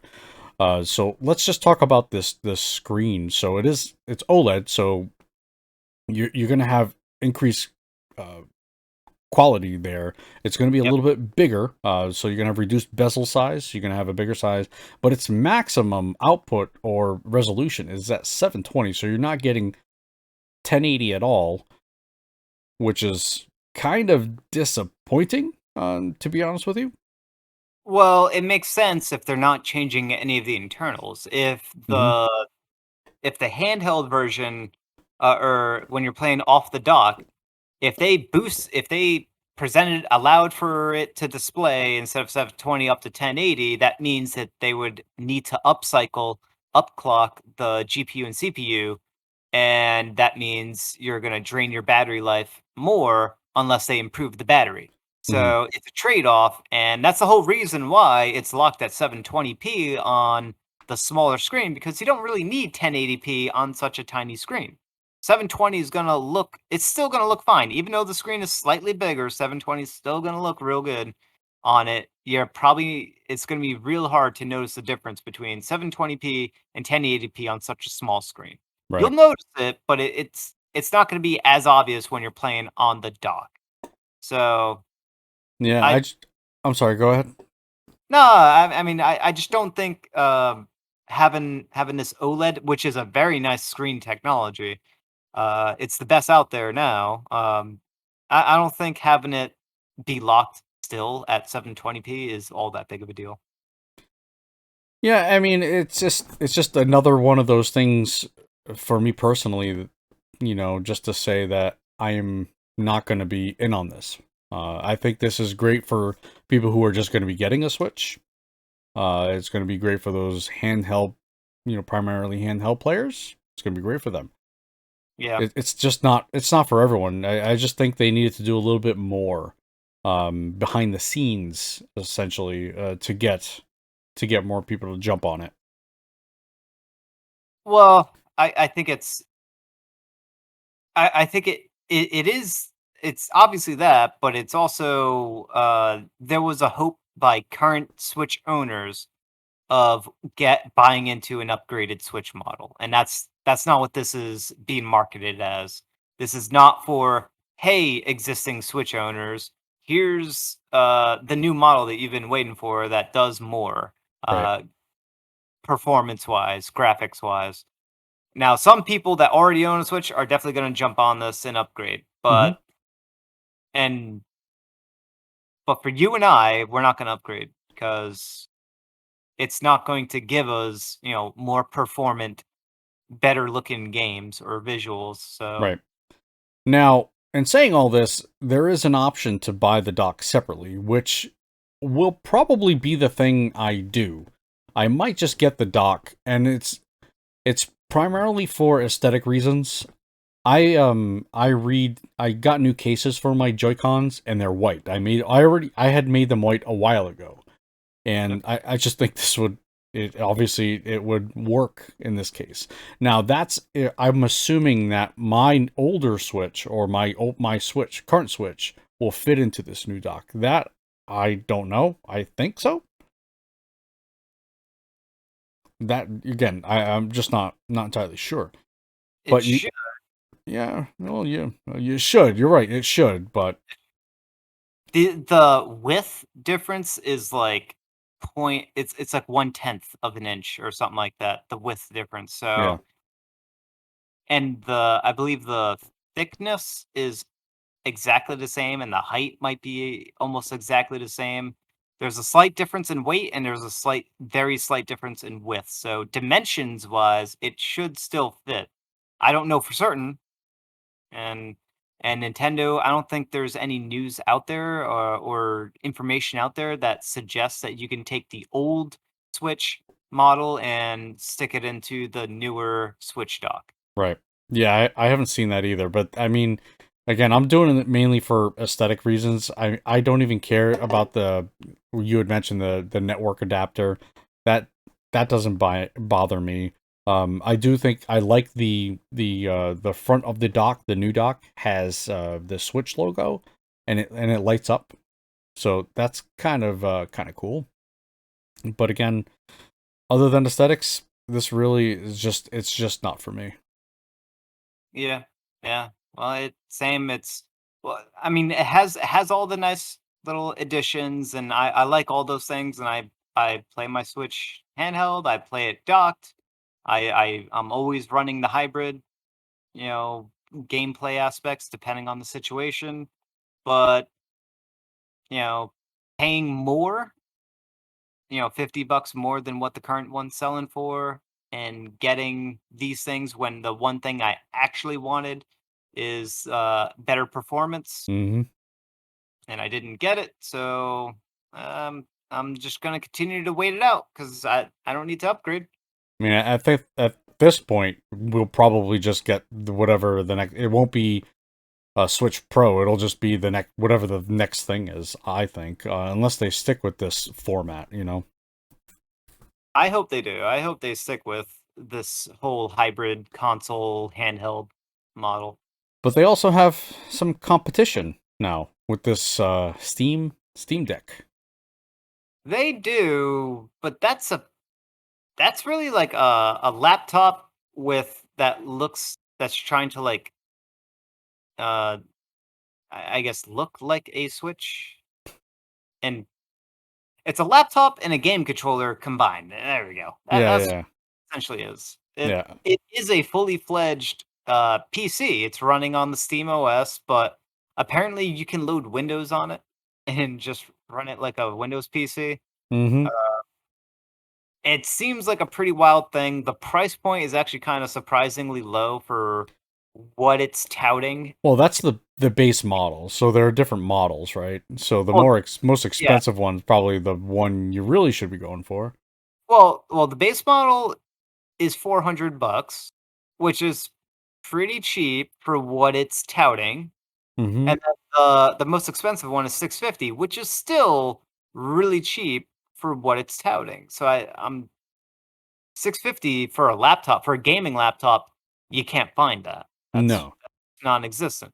So you're getting that with the controller built into it and sort of a an operating system that is going to be, I hope, natively more performant than what Windows could be, and there's some caveats to that because some games might actually be more performant when running on Windows due to like emulation type stuff because SteamOS is sort of like this Linuxy ish type of thing. I think I could be wrong on that, but I think it's like this Linuxy type variant thing. So, Maybe I have no idea. anyway, it's it's interesting. I think it's exciting. I don't think it's gonna sell at all. The thing's kind of ugly. It is very ugly. I don't like the placements of the joysticks. Uh, it looks like the B button, which is like all the way to the right. It looks like it was an afterthought, and like it's almost falling off the side. I don't know. I honestly I think it's going to sell really well. To be honest with you, You think it's gonna sell well? I think it's going to sell well, and I think it could be potentially be a disappointment if you look at what Steam or Valve has put together in terms of hardware. They've failed a lot. Yeah, So, which which is why I don't think it's gonna sell well. well, I think it'll sell well. It's just will it succeed is the question, right? If it sells well, then it succeeded. Not necessary. Well, monetarily, yes. The Steam controller sold well, but it's a piece of garbage. It did sell well. What are you talking about? Steam controller, it did. It did so well. I remember. I know people who prefer the Steam controller over a lot of other controllers. Sure, but that doesn't mean it sold well. I think it. I'd have to look at the numbers, but I thought it sold well. Just because it's sold doesn't mean it sold well.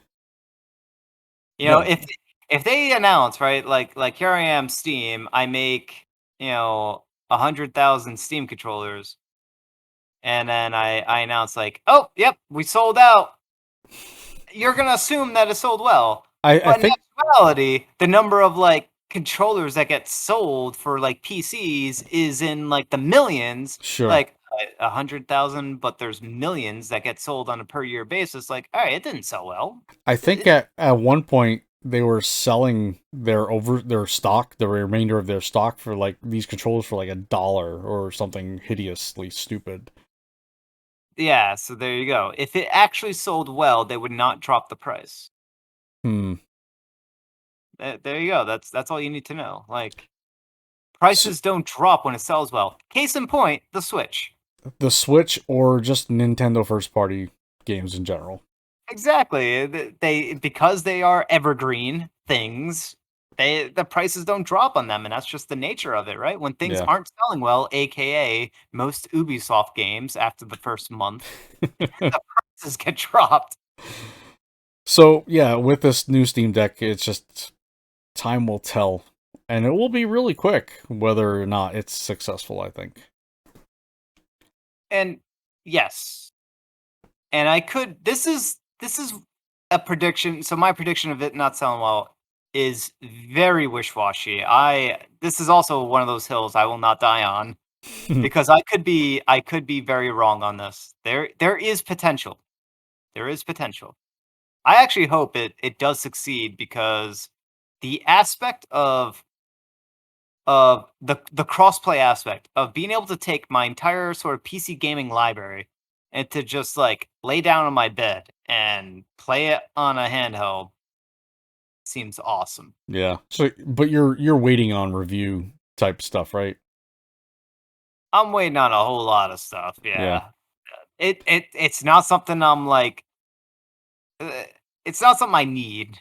Hmm. It's Right. something that I'd be like cool with doing, but it's also like something I'd have to try. I have to like physically try it because that thing seems huge and it seems heavy, and it doesn't seem like something I want to hold in my hands for that long. Like it seems like it's gonna be at least twice as heavy as the Switch, and that's at least I'm trying to play it safe. Twice as heavy as the Switch. It's probably gonna be like 3 or 4 times as heavy as the Switch. Oh man, that's Did just. they announce a weight to it? I think there was some hands-on type of stuff. I didn't really pay much attention to it, so I'm not sure. I'm gonna try to quickly. Go, Uh, oh, okay. 1.47 pounds. That actually seems kind of light. I know it's heavier in a Switch, but 1.47 pounds. All right, let me see what the Switch weight is. so essentially 1.5 pounds. Let's see. These. Where is the weight for the Switch? I actually wanted to touch back on something we discussed earlier regarding the Nintendo Switch dock. According to The Verge, the old and new docks are interchangeable, so players can use the OLED dock with a regular Switch model, which is great news if you wanted to use that wired internet, um, I guess, aspect on it. Oh, so it is confirmed. Yes, and for comparison, Nintendo Switch sells docks, no cables included, on the website for $60, so it potentially could be in at around that much money for a dock. For the new dock. For Yep. the new dock, yeah. All right, and the weight of the Switch with the Joy Cons attached is 0.93 pounds. So yeah, it is A half pound. lighter. What? By a half pound. Yep, lighter Yeah. by a half pound. Yep. And if you That had the Joy Cons detached, it would be twice the weight. who plays handheld with the Joy-Cons detached? If you're playing tabletop, but then Well, you're also not holding the Switch. I guess that half a pound could make a difference. Who I don't know. It's just a totally different, world. You got your PC games, then you have your Nintendo first party games. It's just very, very different. It is. The backlog is probably the biggest appeal of the Steam Deck. Mm-hmm. You yeah have access to almost everything. All right, let's quickly get into some upcoming releases. Today is the 21st of this recording, so we will jump out a week. Let me see. I do want to go back a day, back in time. Chris Tales was a game that was released. It did receive a substantial day one patch where it apparently fixed quite a number of problems. If you're at all familiar with Chris Tales, it is a JRPG, so it's a turn-based game. I hate the term JRPG. I will never use it again. It is a turn-based game where you can manipulate time in your battles. It is a very visually pleasing game, in my opinion. It very almost not stained glass. I'm not sure how you would describe it, but it is a very aesthetically pleasing game. Yep. So that is Chris Tales. That was released on the 20th for $39. It's got a physical version as well. Next we have, we got maybe one or two games. Neo: The World Ends With You. It looks like people were just trying to stay away from these big games. So Neo: The World Ends With You is coming out on the 27th. Johnny is very excited about this game. Oh yeah. And wow, this is a very long game. Holy cow. 65 plus hours. Anyway, it's coming out the 27th, the physical version. It's a full price game, $60 hairs for the US version. I have to play the demo on this. Yes, you do. I do. I think I would like it, but my backlog is just way too stacked with these giant RPGs. I'm like super excited for this game. I'm hoping it scores well, and I will be back on board, back in Shibuya, just Just rocking it out. well, eating the noodles, eating the ramen, and wearing selecting my fashion wardrobe, and making sure I'm entering battle in style. Mm-hmm. And last but not least, I'm gonna, I guess, stretch it out here. Yeah, no, we're within a week. It's I'm not sure exactly how to say this. Is Fuga, Ooga! Melodies of Steel.